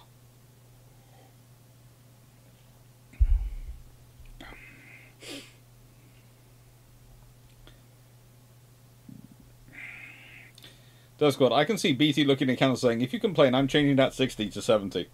Oh, I'm glad we've come to an agreement. Yeah. So anyway, no, you need to make the 15-inch 50, but the shells read just that slightly bit different so that the gun explodes if you put a shell from a 15-inch 45 in it. Oh, no. It's maths. C290, would the 15-inch 50 be able to use existing 15-inch 42 tooling for production? Modified was what I understand it. Modified. But no, the trouble is, it doesn't sound like enough of a difference, does it? 9 15-inch guns can't be waiting at home as the big threat. 9 15-inch guns going around the world, so you're showing off your big threat, makes your fleet actually not work in the way the British want. And remember, the British are trying to build a fleet for deterrence in the 1920s. That's what they want, a fleet for deterrence. Not with real war fighting capability, yes, but they want a fleet for deterrence. There's also the other problem. If you have that, then you have your fast squadron, which can do roughly 28 knots. Why do I say roughly 28 knots? Because do you really want to be the guy who charges ahead with Hood, which could go to fastest, then followed by Renown and Repulse, and then whatever these two vessels come behind are? Now, there is a difference. I have a feeling if they'd been building 3, if they'd allowed the construction of 3, the British would have built 3. And would have built the F3. Now, there is a reason I say this, because then you would have been able to have 6 fast ships in 2 various squadrons, roughly 2 squadrons. And it would have worked out sensibly for the British to do that. They could have managed with that scenario. And that would also meant that you were allowing 16 battleships per power, so you'd probably have to be allowing 560,000 tons as your limit.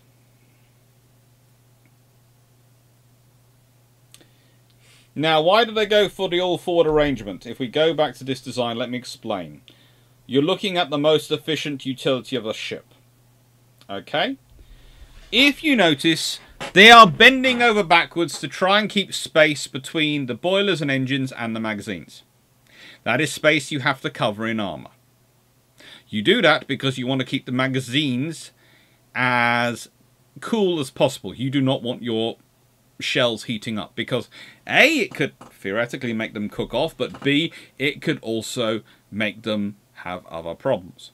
Now, if we go to another design, where we're looking at armour engines, and that's actually where this one comes in, you will notice there has to be space at both ends for this.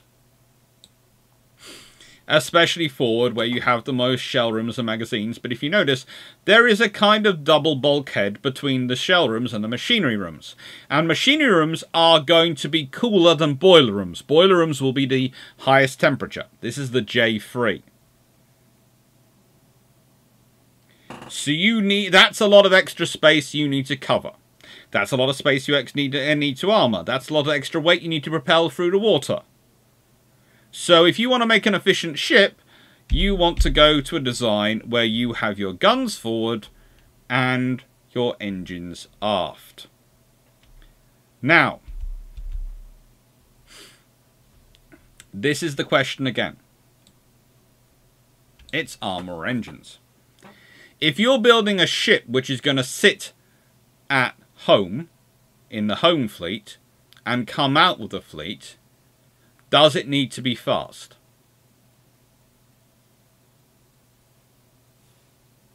If we go back to this, no. Because, you see, the British start to realise they're going to use Hood and the Renowns to do the role which they had planned for the G3s. Which means they're missing is the role for the N3s. This is why Nelson and Rodney, even though Beatty, who is a battlecruiser nut and has been pushing battlecruiser designs from the moment the treaty goes through and they know they're going to get 2 ships, accepts a battleship. And accepts a battleship which focuses on armour over speed and has 16-inch guns. And you'll notice this is even more designed to keep that temperature away from the shells and the magazines. Because if you look at the shells and the magazines, they are below the guns. Then there is various systems stuck between them and the engine rooms, which will be cooler than the boiler rooms. And then the 6-inch shells and 6-inch magazines actually do bridge to the boiler rooms. But everything has been turned around to keep those boilers as far away from the 16-inch guns as physically possible.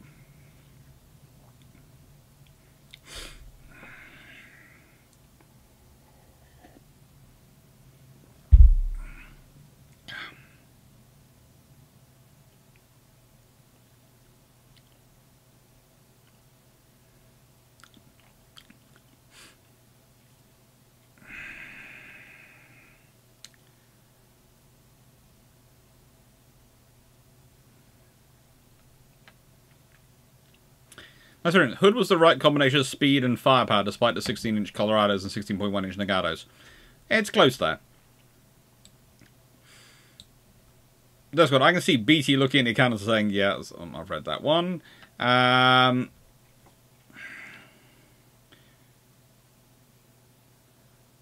length is not really a problem. It's more the tooling for the Rifling Act. The Chivan could explain that one. The New Jersey and Vanguard got close, but did they ever really get a battleship with battleship-grade protection and firepower, cruiser speed and range? Not really. You have to remember, traditionally, cruisers were actually bigger than battleships because they needed that speed and range. So often the cruiser was a bigger-looking ship than the battleship. Historically. And it's true with the battlecruisers, etc. Death Squad. The rifling would probably be the same or similar enough, but weight and dimension increase would probably require a near complete rebuild of the tooling.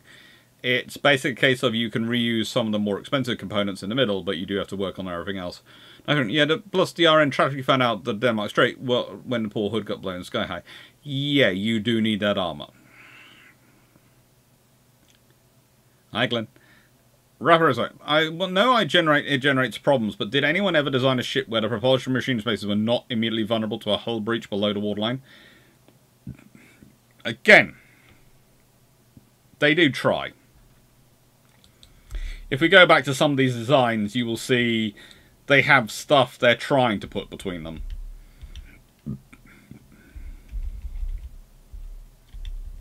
The J-Class especially, they've got some stuff there, and they're showing what they're trying to do. There are some good designs out there.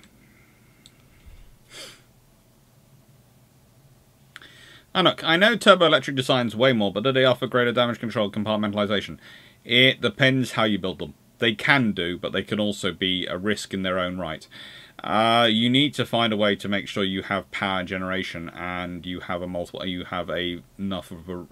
power rings running around the ship to make sure that you have damage survivability if it gets broken.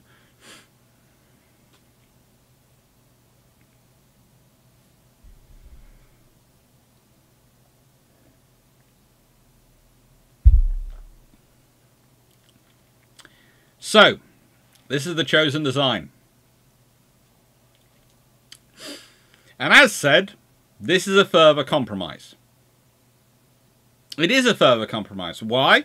Because if we look back when you're designing with 35,000 tons as your limit, this is what those same designers were choosing.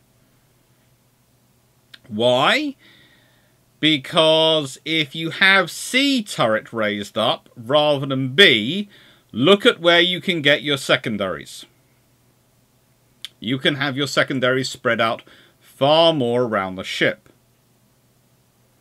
Again, if we go back to the G3, N3 designs, you'll notice the secondaries are spread out more around the ship. You have secondaries forward as well as aft.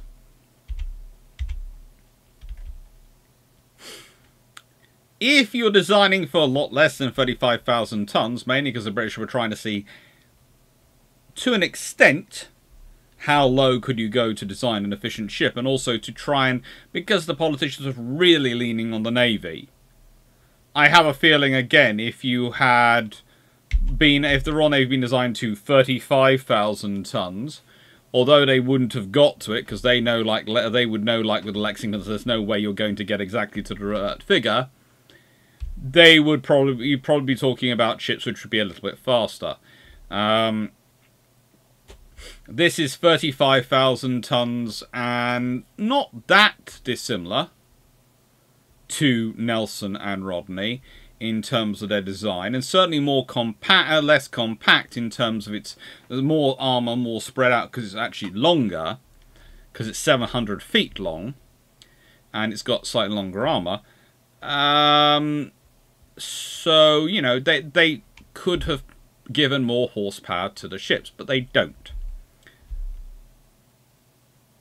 And as said, you compact it up as much as you can, you make it as small as you can, and as a result you end up with ships which, if the B turret fires too far back, it actually will knock out the windows and send flying glass through the bridge, etc. They find this out during test firing, and they do come up with fixes prior to World War II, so it can work closer to it. But it's still not good to have B turret firing back. The whole idea that B turret could fire really far back is good in theory, and they would do it if they needed to in emergencies, but they prefer not to. It is sort of the interesting thing is that this is probably the shaping they'd have gone with if they weren't trying to make it quite as narrow as short as they possibly could, and save as much tonnage as they could. As you can see, also this means all the guns, the secondaries, go far aft.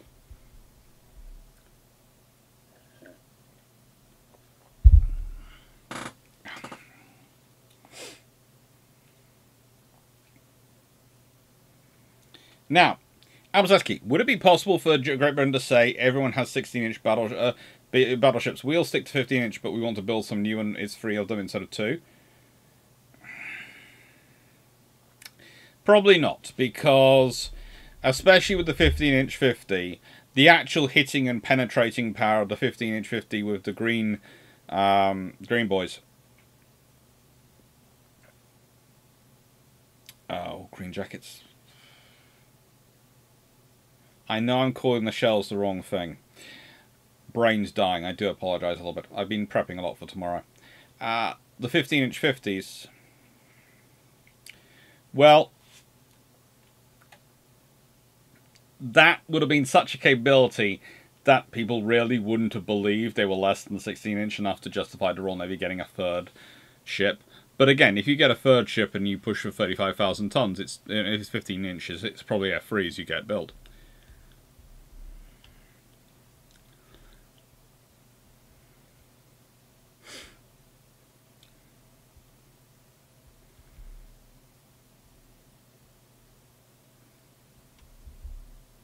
Right then, so here are the vitals therefore.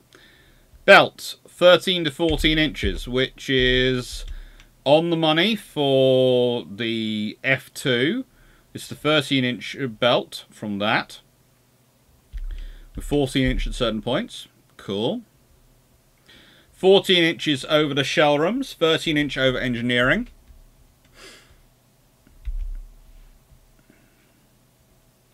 12 6-inch guns in 6 twin turrets. It's okay.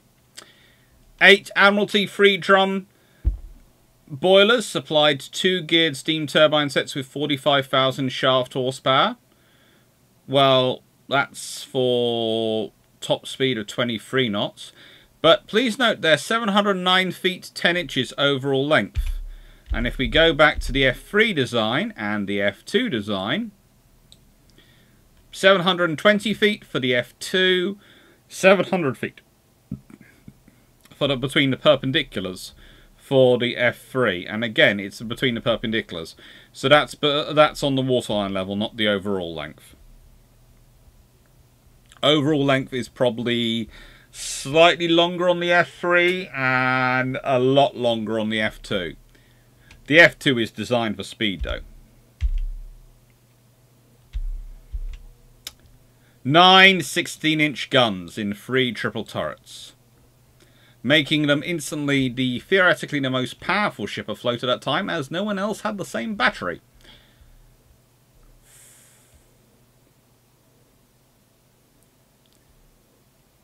$33,300 long tons. That's 33,800 tons in standard. So that's 1,200 tons under the limit. 1,200 tons. At this point, the 4.7 inch was considered a 120mm AA gun was considered a very good system. C190, I do know where you're coming from, but at this point, the 4.7 inch was it. It was a good system.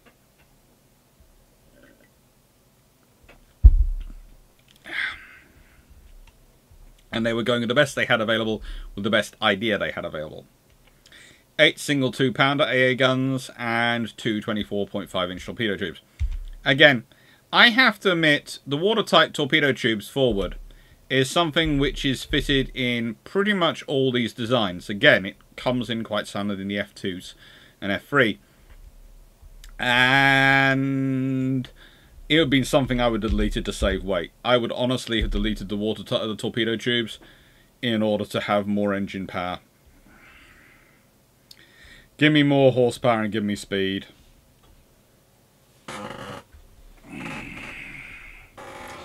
Give me speed. I want the armor, but I want the speed as well.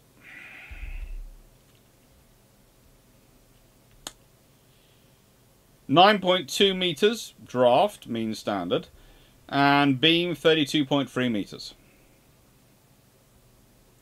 The 35,000 ton limit was impractical. It was.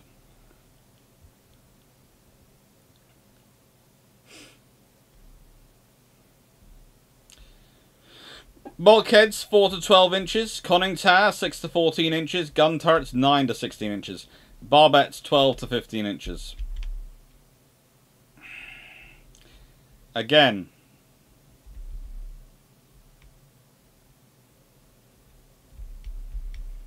there is a reality going on here. There is a lot of similarities going on between the F2s, F3s, and what is chosen for the design.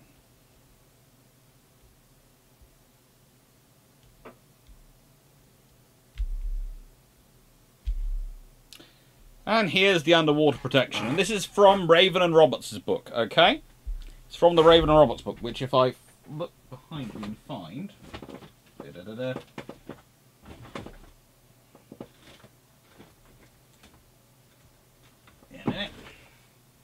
No, that's Warships Camouflage. That's not Raven and Roberts. Not that one. Not that one. It is behind me somewhere. That's the Soviet Navy. Why can I always find the Soviet Navy when I want the English Navy? I want the Royal Navy. Yeah. Oh, there it is. That's why I couldn't find it. Yeah. Right then. This book. Right, this book is fantastic. And it's 123 to 4 I want. But what I'm going to do is going to show you something.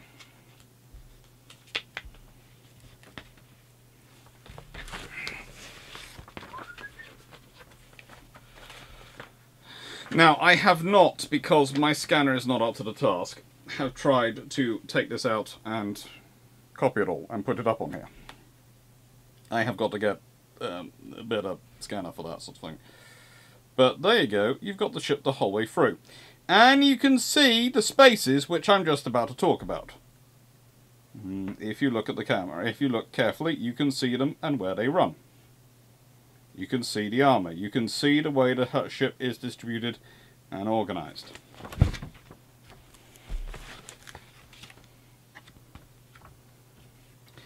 Everything has a place, everything has a purpose. Everything has a role. So, 123 to 124. The internal bulge protection was similar to that provided in the G3 design and consisted of an outer airspace, an inner buoyancy space, and a protective bulkhead. The bulkhead was 1.5 inches thick, made from 2 3/4 inch thick thicknesses of D steel, and was 12 feet inboard of the ship's side. As designed, 2,870 tons of water were necessary to flood the buoyancy spaces, and this increased the draft by 23 inches and reduced the speed by approximately half a knot. A third of a knot, actually. The arrangement in the G3 design for blowing the water out of the buoyancy spaces by compressed air could not be provided because of the displacement limitation, and a system of pumping and flooding was reverted to. Special attention, however, was paid to the detailed design of this feature, and the arrangement showed some improvement on the earlier practice. Except for exercises and compartment testing, the buoyancy spaces were to be flooded in wartime only, which provided a saving in weight and therefore fuel consumption in peacetime. The framing of the airspace was kept as light as possible, consistent with strength considerations, and arrangements were provided for the venting of explosions, those circular venting plates bolted to the outer hull at the top and bottom of the buoyancy space and at the top of the airspace.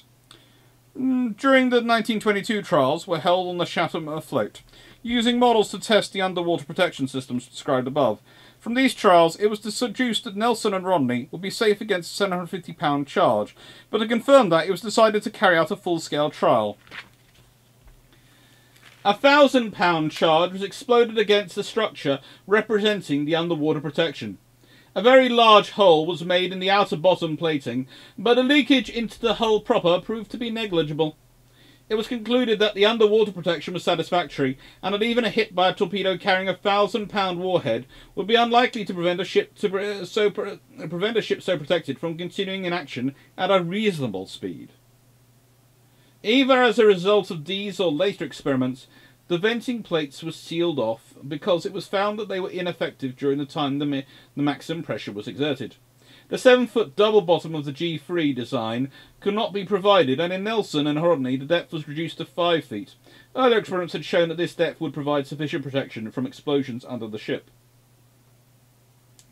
The need to save, this goes on to the machinery, the need to save weight in the machinery was paramount in order to keep within the 35,000 ton displacement limit, and the efforts made in the end were unprecedented, either before or since. 3 machinery space plans were originally considered for the O3 design. A. Engine room forward of the boiler rooms, 8 boilers, 2 shafts, 150 RPM, based on the machinery layout of the N3 design. B. Engine room bath boiler rooms, 8 boilers, 2 shafts, 160 revolutions per minute, based on the machinery layout of the design G3. C. Steam and electric installation, which, owing to the size of the motors and restrictive dimensions, employed 4 shafts at 220 revolutions per minute. These three layouts were discussed by the Director of Naval Construction and the Engineer-in-Chief early in January 1922, and Plan A was preferred. The second layout, though less desirable, was less cramped and required less weight, and might have been adopted if the requirements of the other departments had exceeded the displacement laid down. The turboelectric drive, employed at the time in the certain battleships of the US Navy, does not seem to have been seriously considered. The Engineer-in-Chief was requested to investigate layout A in greater detail and supply the weight required for the main machinery, bearing in mind that it did not seem possible to allow for more than 2,000 tons. He replied on 5th January stating that layout A was acceptable with slight modifications at 45,000 shaft horsepower, 160 revolutions per minute, and with 2 shafts. The machinery weight would be 2,000 tons excluding the auxiliary machinery, and subject to any modifications as the design developed. On 9th of February, the first modification to the layout took effect when the Engineer-in-Chief informed the Director of Construction that an increase in the length of the propeller shafting would increase the weight of the main machinery to 2,030 tons. The shafting was later reduced, and the D&C asked if the weight might be reduced to its original figure, but was informed by the Engineer-in-Chief that this would not be possible. On 19th of May, the weight was further increased to 2,080 tons, because of the various alterations in the machinery and design. On the 30th of May, the D&C again asked if it was possible to reduce the weight to 2,000 tons. The Engineer-in-Chief replied on 17th of June that although the earlier figure was a rough approximation, 2,080 tons had now become calculated in detail, and no reduction to this figure was possible with a two-shaft, 160 revolutions per minute arrangement, if the quality were to be maintained. He suggested, but did not recommend, an increase to the propeller revolutions to 180 or 200, which would save 25 tons or 40 tons respectively, and would give equal turbine efficiency, but reduce propeller efficiency. This proposal was seriously considered, but was not taken up. By September 1922, when the final design was passed by the board, the main machinery weight had been reduced to 2,054 tons by reductions in the machinery fittings, spare gear, workshop machinery, the use of aluminium, and the storage ashore of turbine lifting gear. It was also suggested that a further saving in weight of 30 tons could be achieved if the fuel heating pipes were stored ashore. These heaters were fitted in oil fuel tanks to make heavy oil fuel flow more easily. The air emission would mean that certain oil fuels could not be used. This modification was approved by the board in September 1922, but it was not taken up. Despite all the efforts made, the final design weight was taken as 2,054 tons. As completed, Nelson's main machinery weighed 2,150 tons, and though this is higher than the design figure, the difference is slight, and the achievement of such a low figure was very credible. Yay! It's all about weight saving. It's all about producing the maximum possible bang on a minimal possible weight.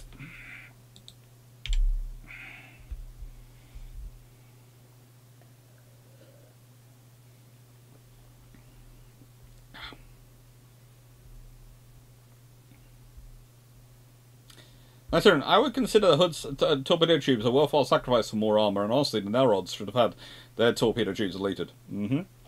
I think I know why, but deck armour always feels too thin related to belt armour, especially when aircraft become a thing. Yep. It's area to be covered, and decks are bigger than sides. And also, it's the weight where the weight is in the ship. Take care, Amelia. It's automatically high up, whereas the weight of the belts, well, they're belts. So yes, there is some weight high, but there's also weight lower.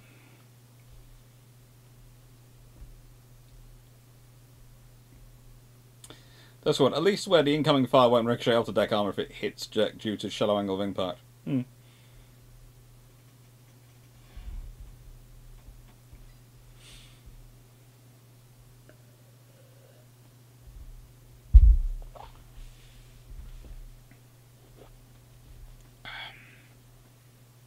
Hello, Desert Foxo.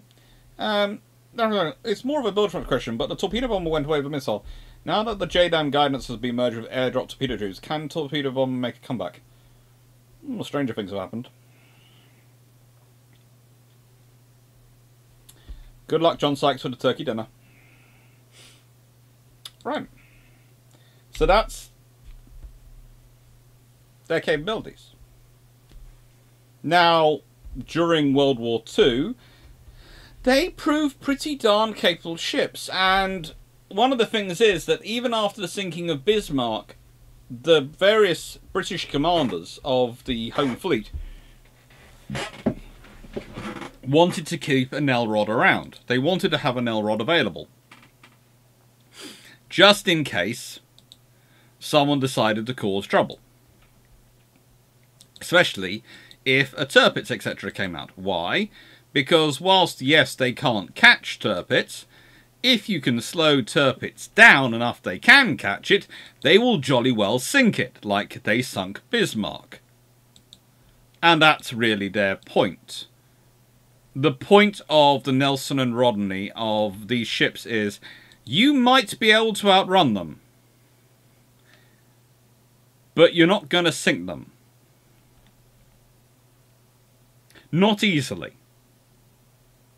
There is a very realistic discussion put forward at various points about what would happen in a fight between Nell rods, the pair of Nell rods and Yamato. And if it came down to a fight, yes, those 8-inch guns could cause damage to a Nell rod, but it would take time. And the 16-inch guns would put up a fight. The thing is, I would argue if you're using it, the Miyamoto's best course of action would be to actually get away from them fight. Because it would be a slow, grudging fight which could cause it enough damage that other things could come in and sink it. It would win the fight, but it's kind of like the surface radar equation. You'd win the fight, but at what cost to you? And it's the same with Nelson Rodney in any other scenario. One-on-one, Bismarck, Tirpitz, they don't want to engage these ships. They want to keep away from them. There's very little chance of Bismarck and Tirpitz of them actually winning the fight versus Nelson Rodney. They might get a lucky shot, and that might be it, but it's very little. It's not like with Hood. It's not a battle cruiser. These are battleships. They have armor everywhere. They are basically floating lumps of steel. In many ways, these are scaled down N3s more than anything else. If we go to that design, that's the philosophy that's guiding them, because like the N3s, they are supposed to be the big bad at home that, if necessary, they can bring into action. When these do turn up, they are scary things to have along. You know, the Italian Navy has 6 battleships. When Nelson and Rodney are out to play, they do not send the battleships out to fight them.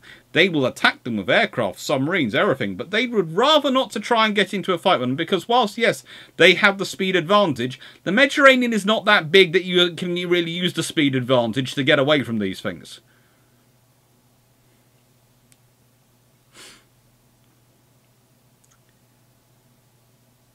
Shumaran, 23 inches change of draft. Would that affect the cover given by the belt arm much?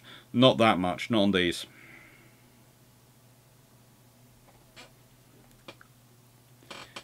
What's the protection around the steering compartment? If we go back to this design, you can actually see the protection around the steering compartment.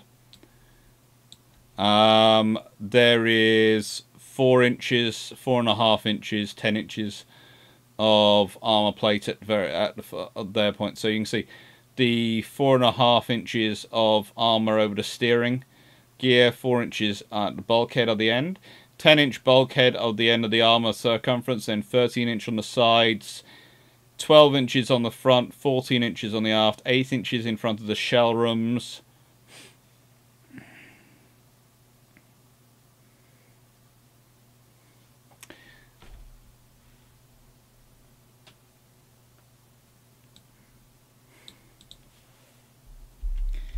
When Churchill talks of them as being the unsinkable bastions of British naval power, that literally is what they are. Not unsinkable, but they are supposed to be these bastions that will make any attack on them very, very painful. And the water armour is a good example of that, because, especially under the treaty, that's 2,000 odd tons of armour, which they don't have to account for in standard displacement.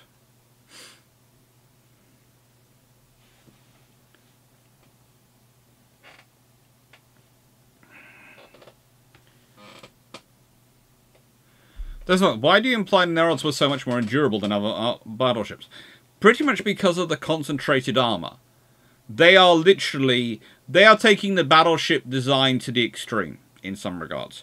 In that every other battleship, to an extent, sacrifices some of its density of armour, every other design, in order to maintain to speed off engines. But basically the Nelrods use pretty much the finest engines they can build at the time, those powerful engines they can, to get just enough speed, rather than getting more speed, which they could have done, and instead use that weight for armour. And they try and do everything you can see.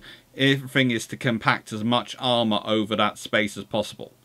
It's an all or nothing design, where the armour is basically concentrated around this sort of bit in the middle.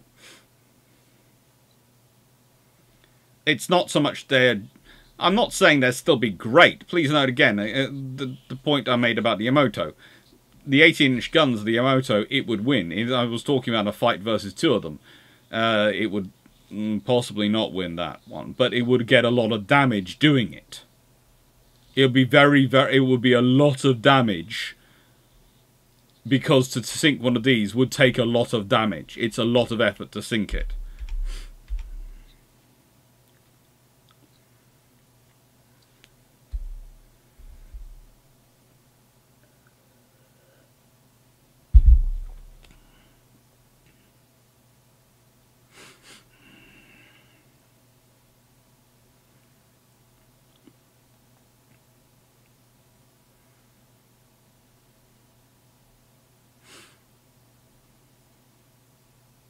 Hi, Paulus.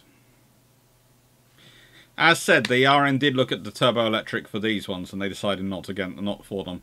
They looked at it for almost every capital ship afterwards, but they decided not to go with them.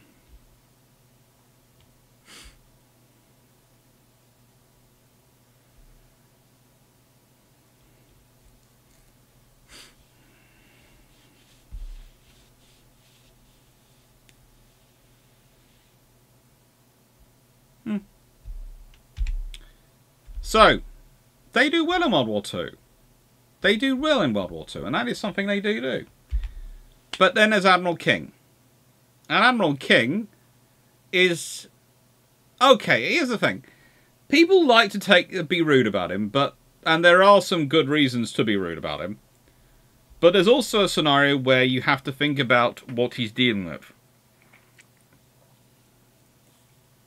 The structural issues he has with the US Navy, and its lack of escorts, and all its forces being in the Pacific, etc., are things which have been done by predecessors.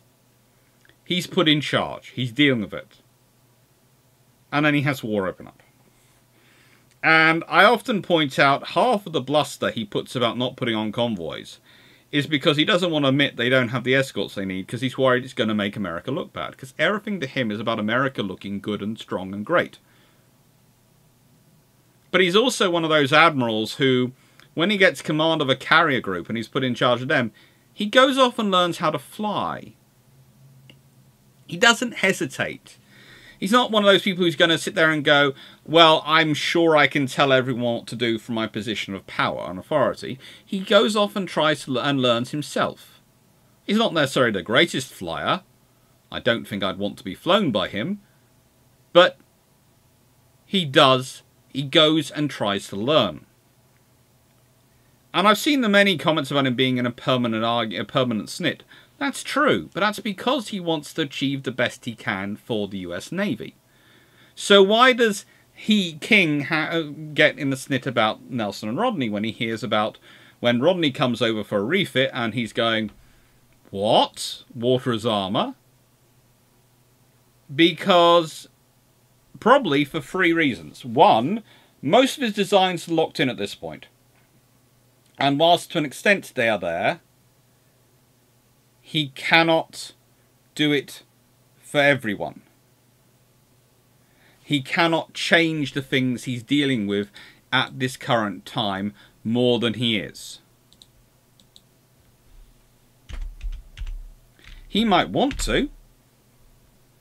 He might think he needs to. But he can't really change anything more with what he's got going on. So he learns that the British have actually got this really cool armour system which provides protection against 1,000-pound torpedo hits, and he can't do anything with it. Wouldn't you be a bit annoyed? Especially as the British by this point are supposed to be your ally. But also he's annoyed on another level, because he is all about America being great and powerful, and America being amazing. And, well, there's a problem with that. If he's thinking in that way, he's thinking America amazing, then why did not America think of this? So he's annoyed on several different levels by it. And he's not going to be the only one. To be fair, if other people had learned about it, they would have been just as annoyed, because these are what are going on in the world in terms of treaty battleships. Yeah. These are the treaty battleships. Before anyone asks what I'm quickly doing, I'm sorting out... A little note just came through from my mum going, have you done this and this? And I'm saying yes. Before she goes worrying. I don't know, mothers. I love them dearly, but oh my god. Right then, so North Carolina class. They're using cavities as well and other systems to try and provide themselves with defense against against torpedoes. You have the Littorios with their very interesting system. You have the Hercules. You have the Bismarck. Am I the only one who looks at the Bismarck in this drawing and goes, oh my god, it really is a square box?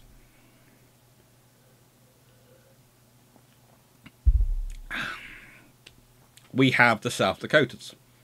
And we have the painted and American design of sort of some angling going on. North Carolinas are quite cute.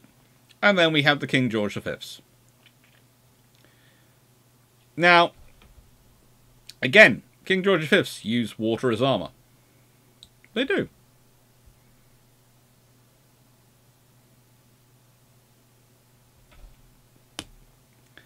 This is a weight-saving thing. This is a thing which saves a lot of capabilities.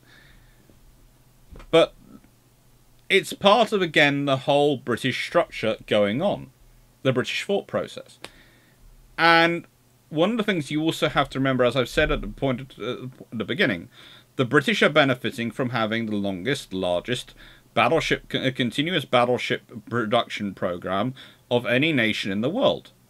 They can do this in 1920s because look at their roster of people.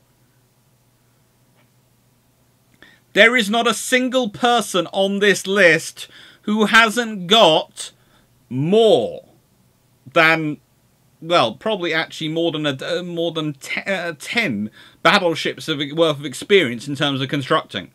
How many nations in the world can point to and go, yeah, I can produce a team which all have at least worked on at least 10 battleships to help design, to head up the design team that designing battleships? How many? Oh yeah, and they're going to be able to call upon oodles and oodles of other people who've got experience operating these ships. Because yes, we operated the largest fleet in the world for the last few years. Oh, and we've got a massive testing program because we've been working on for the last 2 years, well, basically since 1916 with these, and then going into the G3 N3 program, we have been continuously working on a program of developing the most efficient designs possible for capital ships and developing systems. We've been developing the water armor system, the protection from torpedoes, for that long. You know, these ships are seen as products of Washington treaties. No, they're not. They're the products of a good 20 years of design experience and 5 years of rigorous and expensive and invested development, engineering and testing being put into the limitations of a Washington treaty and, well, to be honest, as a political limitation, superimposed political limitations of a Washington treaty to be less than 35,000 tons. If they'd been building them for 35,000 tons, you'd probably see something closer to these. What am I saying here? Well, let's put it this way. 35,000 tons, so another 1,200 tons on the Nelrod design. Could they have given her the 96,000 shaft horsepower instead of 45? I don't know. I don't think it would probably have worked out that way. But I wouldn't be surprised if we'd have ended up with a ship with a top speed of 27 knots. Or somewhere in that region. And that's a very, very scary thing. No worries, man, in 640.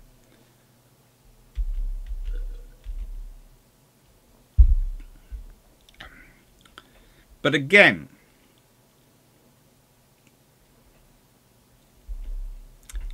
if they had had the extra 1,200 tons and decided to go for the 35,000, I have a feeling 600 more tons would have gone into armour and protection, and the remaining 600 tons would have gone into probably the engines. So how much horsepower would 600 tons have got you? I don't know. They might have allowed you to make it a free shaft design. Might have. Very tight. If you switched it and gone 400 tons for armour and 800 tons for engines, you could have definitely probably put in the third shaft.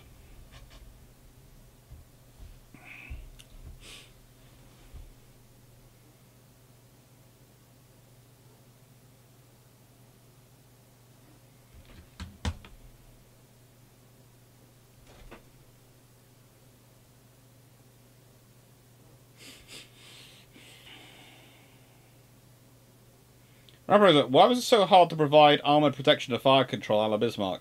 Were such things inherently hard to protect, or was it the need to pull armour from elsewhere to do it?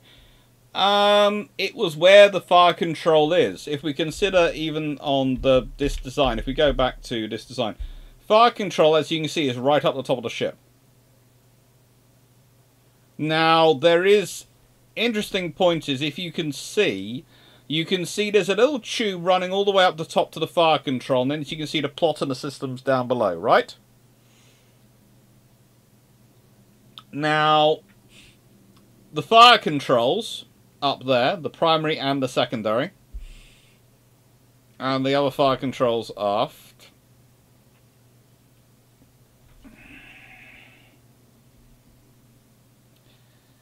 They are very, very exposed by their nature, but that is also another reason why the British sort of did stick them up there as high on those Queen Anne mansions as they did.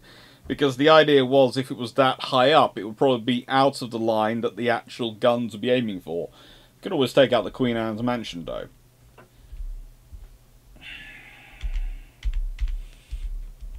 And that's part of the reason why it's so difficult to defend them, because they are quite so high up.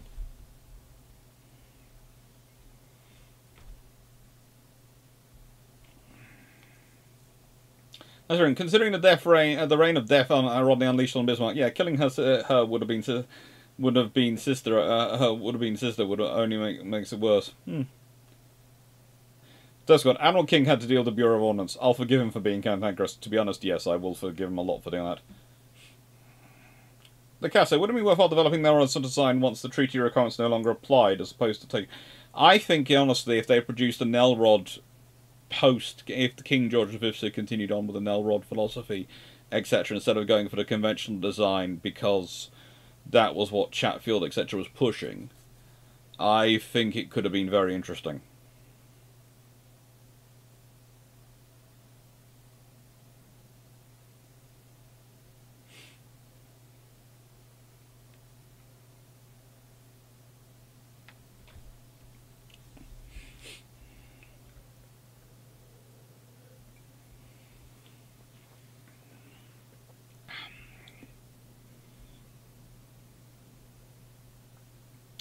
Don't worry, Melanie. Although I am starting to wonder whether you and Amelie are the same person. Because she goes, you come. You go, she comes. Oh, she arrives. Sorry, that would have been very bad phraseology there. But you know what I mean. You arrive when she goes, and she goes when you arrive. It's just... interesting.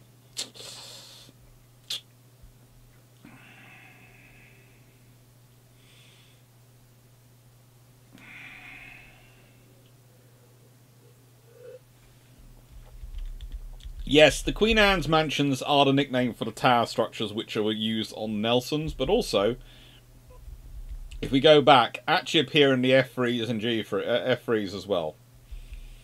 And to an extent into the G-Freeze and the N-Freeze. Although they have a more interesting shape. I think they might... There are all sorts of things which could be made for that shape. Because if you look at the way it's structured, it's higgledy-piggledy. And this is the Royal Navy and what they're being rowed. This is a straight line, so this could be in Queen Anne's mansion. Definite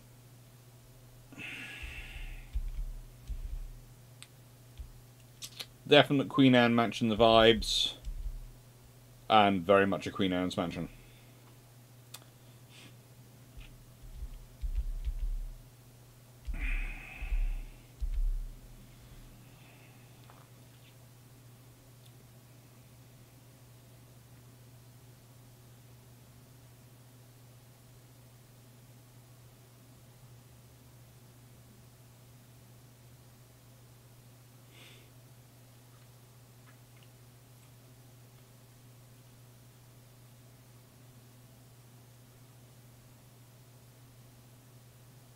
Let's focus. How did Naval's armor scheme compare to the other big sevens?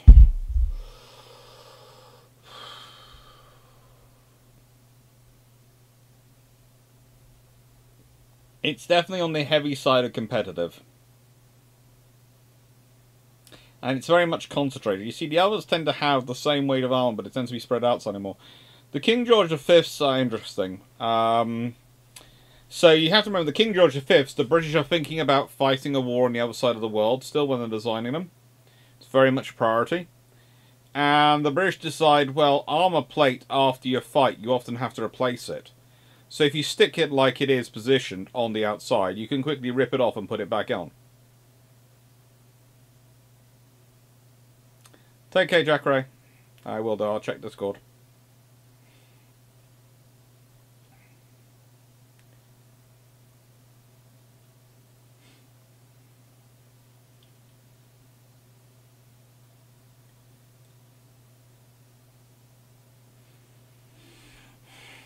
RG, they have to provide enclosed space, which is good for North Atlantic. Yes. And that's the other advantage. The Queen's Anne's mansions, the big structures, provide a lot of space. You know, if you think about that from an Admiral and Staff perspective, that is a lot of space. That's a lot of space for you to run things from. And again, if we go back to this, you can see as a flagship, and they were intended to be flagships, they could take on an extra 300 and... I think it's 47? 347 extra crew. Which is a pretty large group. So that's basically telling me this is designed to take a CNC.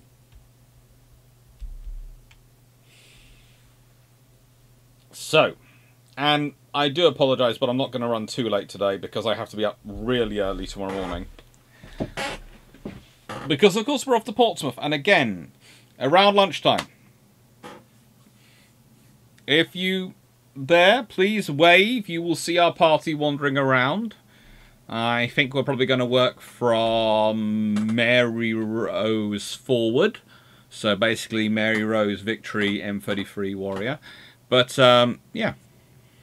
Take care, Glenn. I will see you tomorrow when I pick you up. Yeah. Just wait until you see the car which I was given by Enterprise. Breathe in.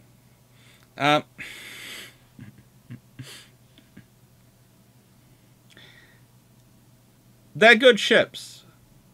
They are designed to be as efficient as possible.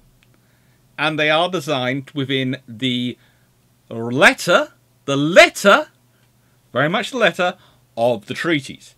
They might break the spirit of the treaty, especially the spirit of openness and friendliness which the treaties were supposed to represent, but they work. And that's what the British are caring about.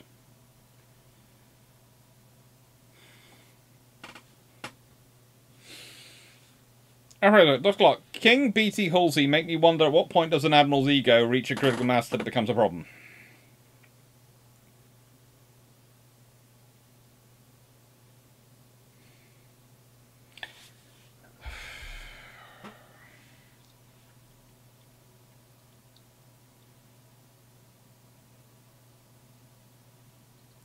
The point at which they start making decisions because of their ego, rather than because of the evidence in front of them. Now, you can say they made a decision influenced by their ego, but that's different than making a decision because of their ego.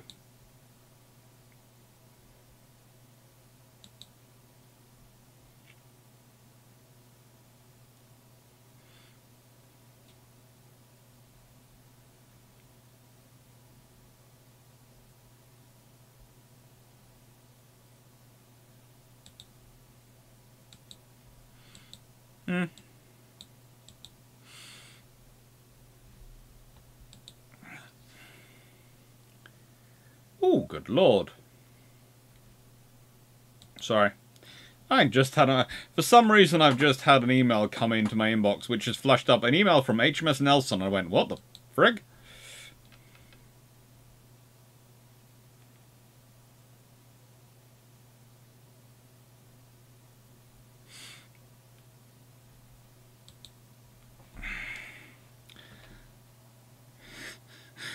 seemed rather thing. I got an email from HMS Nelson about while I was talking about her.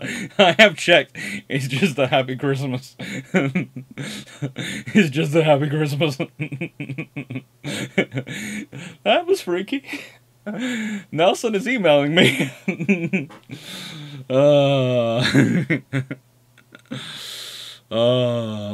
Right. This folks, how important is the ship's speed on a strategic level? Is there a difference between 28 knot and 32 knot ship while transferring or getting to and from battle group? To be honest, on a strategic level, it's basically the roles you can assign it to. A ship which can achieve 32 knots can be used as a pursuit ship in its own right.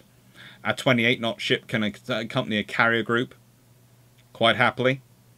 A 23 knot ship is battle line. And that's by the time you get to World War II. In World War I, 28 knot shot, basically 28 knot to 32 ship are all pursuit ships. Just one guy knew how to shirt that said, "Is it arrogance if I can actually do it?" To be fair, both me and Drac have this, which I have to say I bought us, but it's basically, you don't have to agree, you can be wrong. And we have that for bilge pumps to wind up Jamie.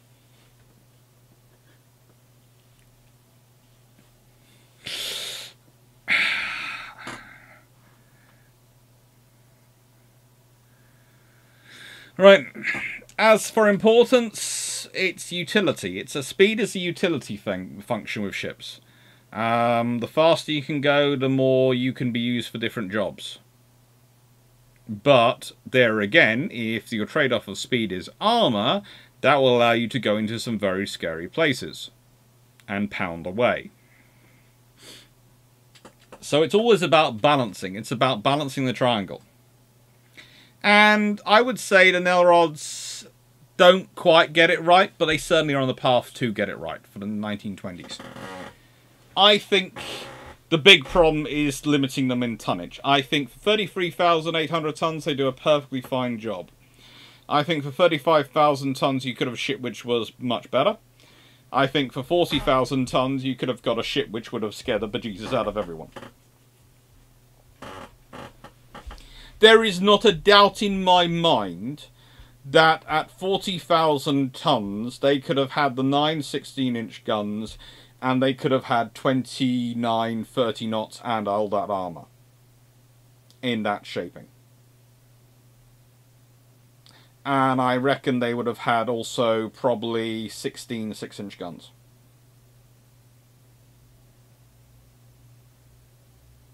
Cruise speed and range are more important to extent on a strategic level, but they're, let's put it this way, if you can cruise for a long way, but you can't keep up with your carrier group, or the rest of your fleet has to go slowly because of it, that's a problem. And your cruising speed is, to an extent, going to be a function, when you're a large ship, of your top speed.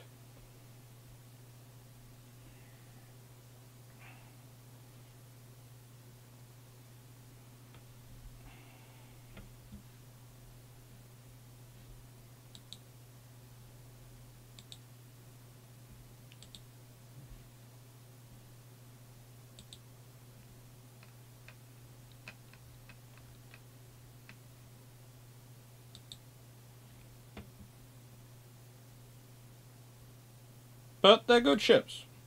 Anyway, I'm going to say thank you and last questions now, and thank you for all your support. Thank you again for everyone who's subscribing and who is doing all the stuff. As has been pointed out at a certain point earlier by someone else, I am now over the 9,000 subscriber mark. So I've got 1,000 before I make my mother happy, and she can win her bet with my aunt. Yeah, my mum's come up with a lot this evening. I'm probably going to have a discussion about that at some point. No weird complex. I just don't want to. I just spend way too much time with my family. I am kind of enjoying this week. This is going to sound terrible because it's the Canadian Naval History Cruise basically reformed and been going around this week, and it's been wonderful. I love my family dearly, but I haven't really been socializing with anyone other than them for about the last month and a half. So 6 weeks of just family. I love them dearly, and I of course have all of you, so that counts as well. But yeah, it's been fun, and tomorrow Portsmouth is going to be great fun. Now, what else? Any questions? And what have we got coming up? We've got the Admiral Hipper class next Tuesday. I'll be recording a whole load of videos. Tomorrow I have to record on Saturday the Admiral Hipper class. I have to record the Heavy Cruiser World War II Long Patrol, the Soviet Navy 1918 to 1991, all those 3 videos I haven't ready to record, the Commerce class, the Qaeda class, and the Cresta class. And then I have all those done, and then I get to start working on the inclusion videos of Sackville, Warrior, and Haida, which is all going to be a lot of fun. So, I hope you're all looking forward to those. The Christmas videos are going to be fun. The 60-second videos are going to be starting soon. I do have most of the 60, a good chunk of the 60-second videos recorded. The 60-second videos start on the 28th of November, and they'll be running through Christmas. They'll be at 7 AM every morning. There'll be one out tomorrow morning as well as a bonus. And they're going to start off with the Battle of Aluya, which is the Polish-Lithuanian Commonwealth Navy's greatest victory. Because someone was chatting to me not long ago about the Polish-Lithuanian Navy, and I thought they deserved a little video about their victory. So, thank you very much for watching. Bye, Alex. It's been interesting. Thank you, Stephen Clarke. Would Nimitz have used standard bombs with improved air at Guadalcanal if he had 6 Cimarron-class fleet oilers instead of 2? Standard battleships. King was urging him to use battleships. Probably would have. If he'd had the oilers, he would have probably... Because if you have the oilers, you take the ships with you. Because at least they're going to be useful in soaking up fire, which is aimed for your carriers. But more importantly, they're going to give you more options. Alright, Doc Clarke, I'm making too much World War ships, but is there range where shells become impossible to dodge? Pretty much if you're less than 8,000 yards, you're not going to get away from those shells, especially not by World War II. They have to be misaimed for them to miss at that range. Eva Decker, what was the compartment labeled Eva DS, the Eva Decker above below Plot Nelson? Tracking station. And transmitting station for the radio, and tracking, occasionally tracking station, transmitting station, no, in this case. Sorry, I was remembering destroyer terminology from later on.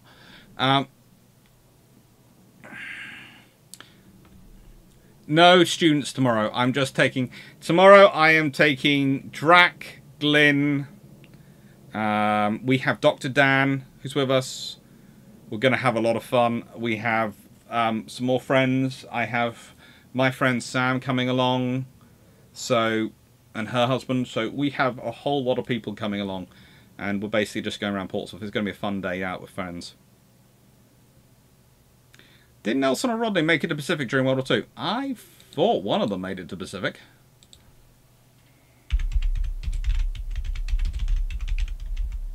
But I could be wrong.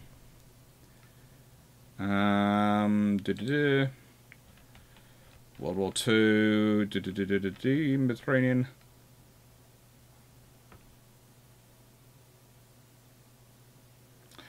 Nelson was used in the Indian Ocean.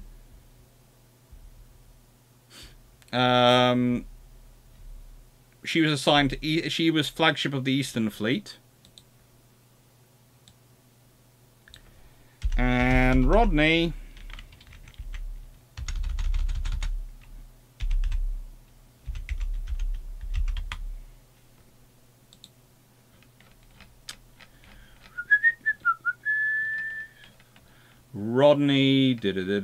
post-invasion.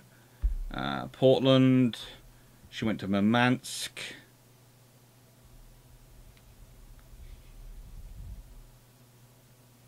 No, basically Rodney was kept around in case Tirpitz or something like that ever came out.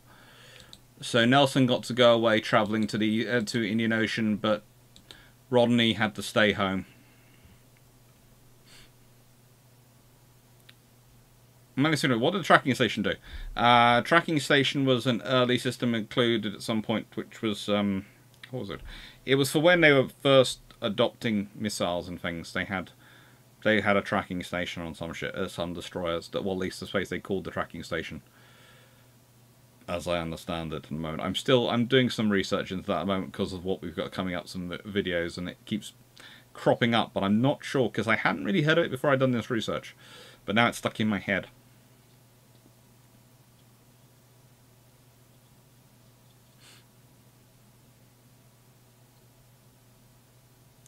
No, matter of yourself, I don't think that anyone who has not subscribed has lasted this far in the video. You never know.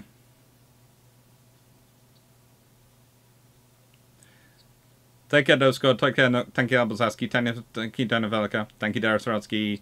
Thank you, Rob Prazak. Thank you, Steve Clarke. Thank you, Nook. Thank you, Danks. Make a video on HMS Erin. Ooh. The battleship. I think I did do something about her. She's in one of the dreadnoughts of 1904 to 1914. I think she's in one of those a bit. But I will do something more about her at some point, probably, because I think something's going to come about her next year in the Year of Technology. Take care, Paul. Back to the begging now. Yeah, I need... It needs to be done. It's basically, yeah, I've got 950 subscribers to get in a little over, let's see, that's 28 days, 30 days. So 30 days. I need a lot more subscribers. That's roughly 32 a day I need to be making. Yeah, I doubt I'm going to do this, but I'm going to keep trying because I don't want to have to do it again next year. Or have something else next year. Take care, Trent. Take care, Night. What are benefits to replacing Hood steel crushing tubes and replacing the space with fuel tanks like of an range increase? No, literally just a range increase. And to an extent, the fuel... if it's the right kind of fuel, can cause issue. It might not. Let's put it this way: it won't necessarily catch. Shouldn't catch fire with the waterlog, which might, with the difference in the mixture, could have an impact on the explosion. But there again, you can also get from the explosion, you can get water into the fuel system. That's not good. Take care. Sorry, don't worry. Thank you to your wife for even considering it.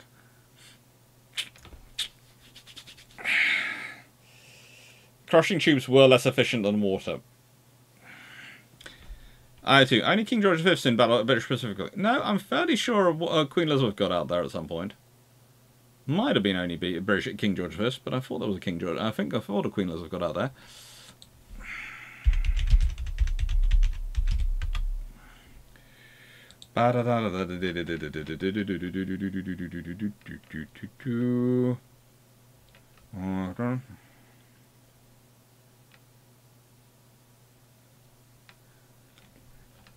Queen Elizabeth was definitely in the Indian Ocean.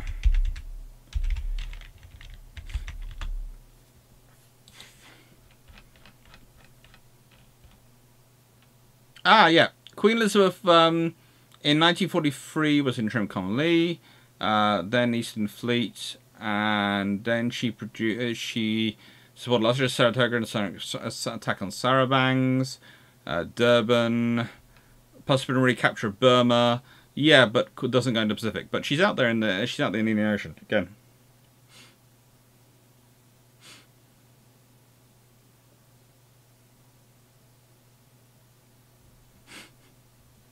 Do a load of top 10 videos to paint and get the subs. Play to the Saint Allegorimus on YouTube. Oh no, I'm not doing that. Take care, Bishop, Zachary Gherkin. Thank you. Missiles. Yeah, I think it was tracking station was to do with missiles. Make sure no Greek fire being allowed anywhere near victory. No Greek fire being allowed anywhere near victory. Take care, everyone. Thank you, Richard. Thank you, Dev Squad. Thank you, everyone. Thank you, JDP 19. Valiant was there. Thus, her unfortunate dry dock incident. There you go. There was one in the Pacific. Renown also. Yeah, I knew Renown got out there. My God, were there problems with 16-inch guns? Why didn't the RN use them on subsequent class battleships? That's literally Chatfield is obsessed with 14-inch guns. As for the 16-inch guns, there are good points and bad points. They get some interesting data results from German testing, and they go with the 16-inch guns they designed for that one. I still would have preferred the 15-inch 50s, but that's a whole different discussion video. Right, thank you very much, everyone. Take care, and thank you. Bye.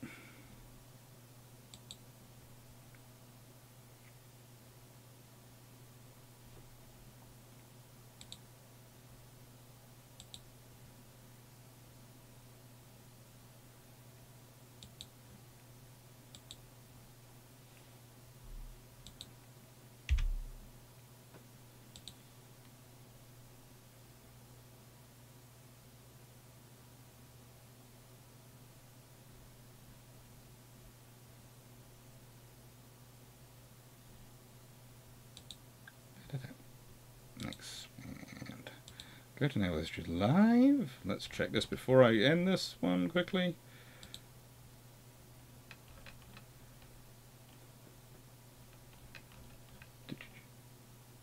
Ah, regards saves life. Okay, sorry. There is no... Dodders, you have posted these wonderful pictures. There's no way I can go without posting them. So I'm going to have to pull one up. Save image to my desktop. And this is a wonderful thing you did. Let's save it to desktop and add an image. Sorry everyone, this I know where I was going, but this just came in and I cannot not put this up. Look at that. This is a design of what they would have looked like with their treble 15-inch 50s. Yeah.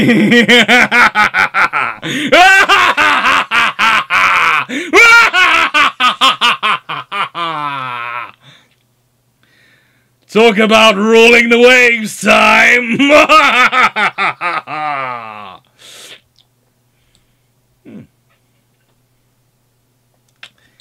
Yes, I think these ships would have done well. I think they would have gone.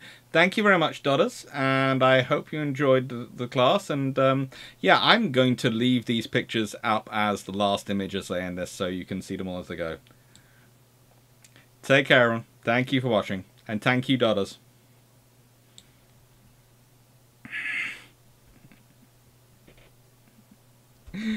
Ah.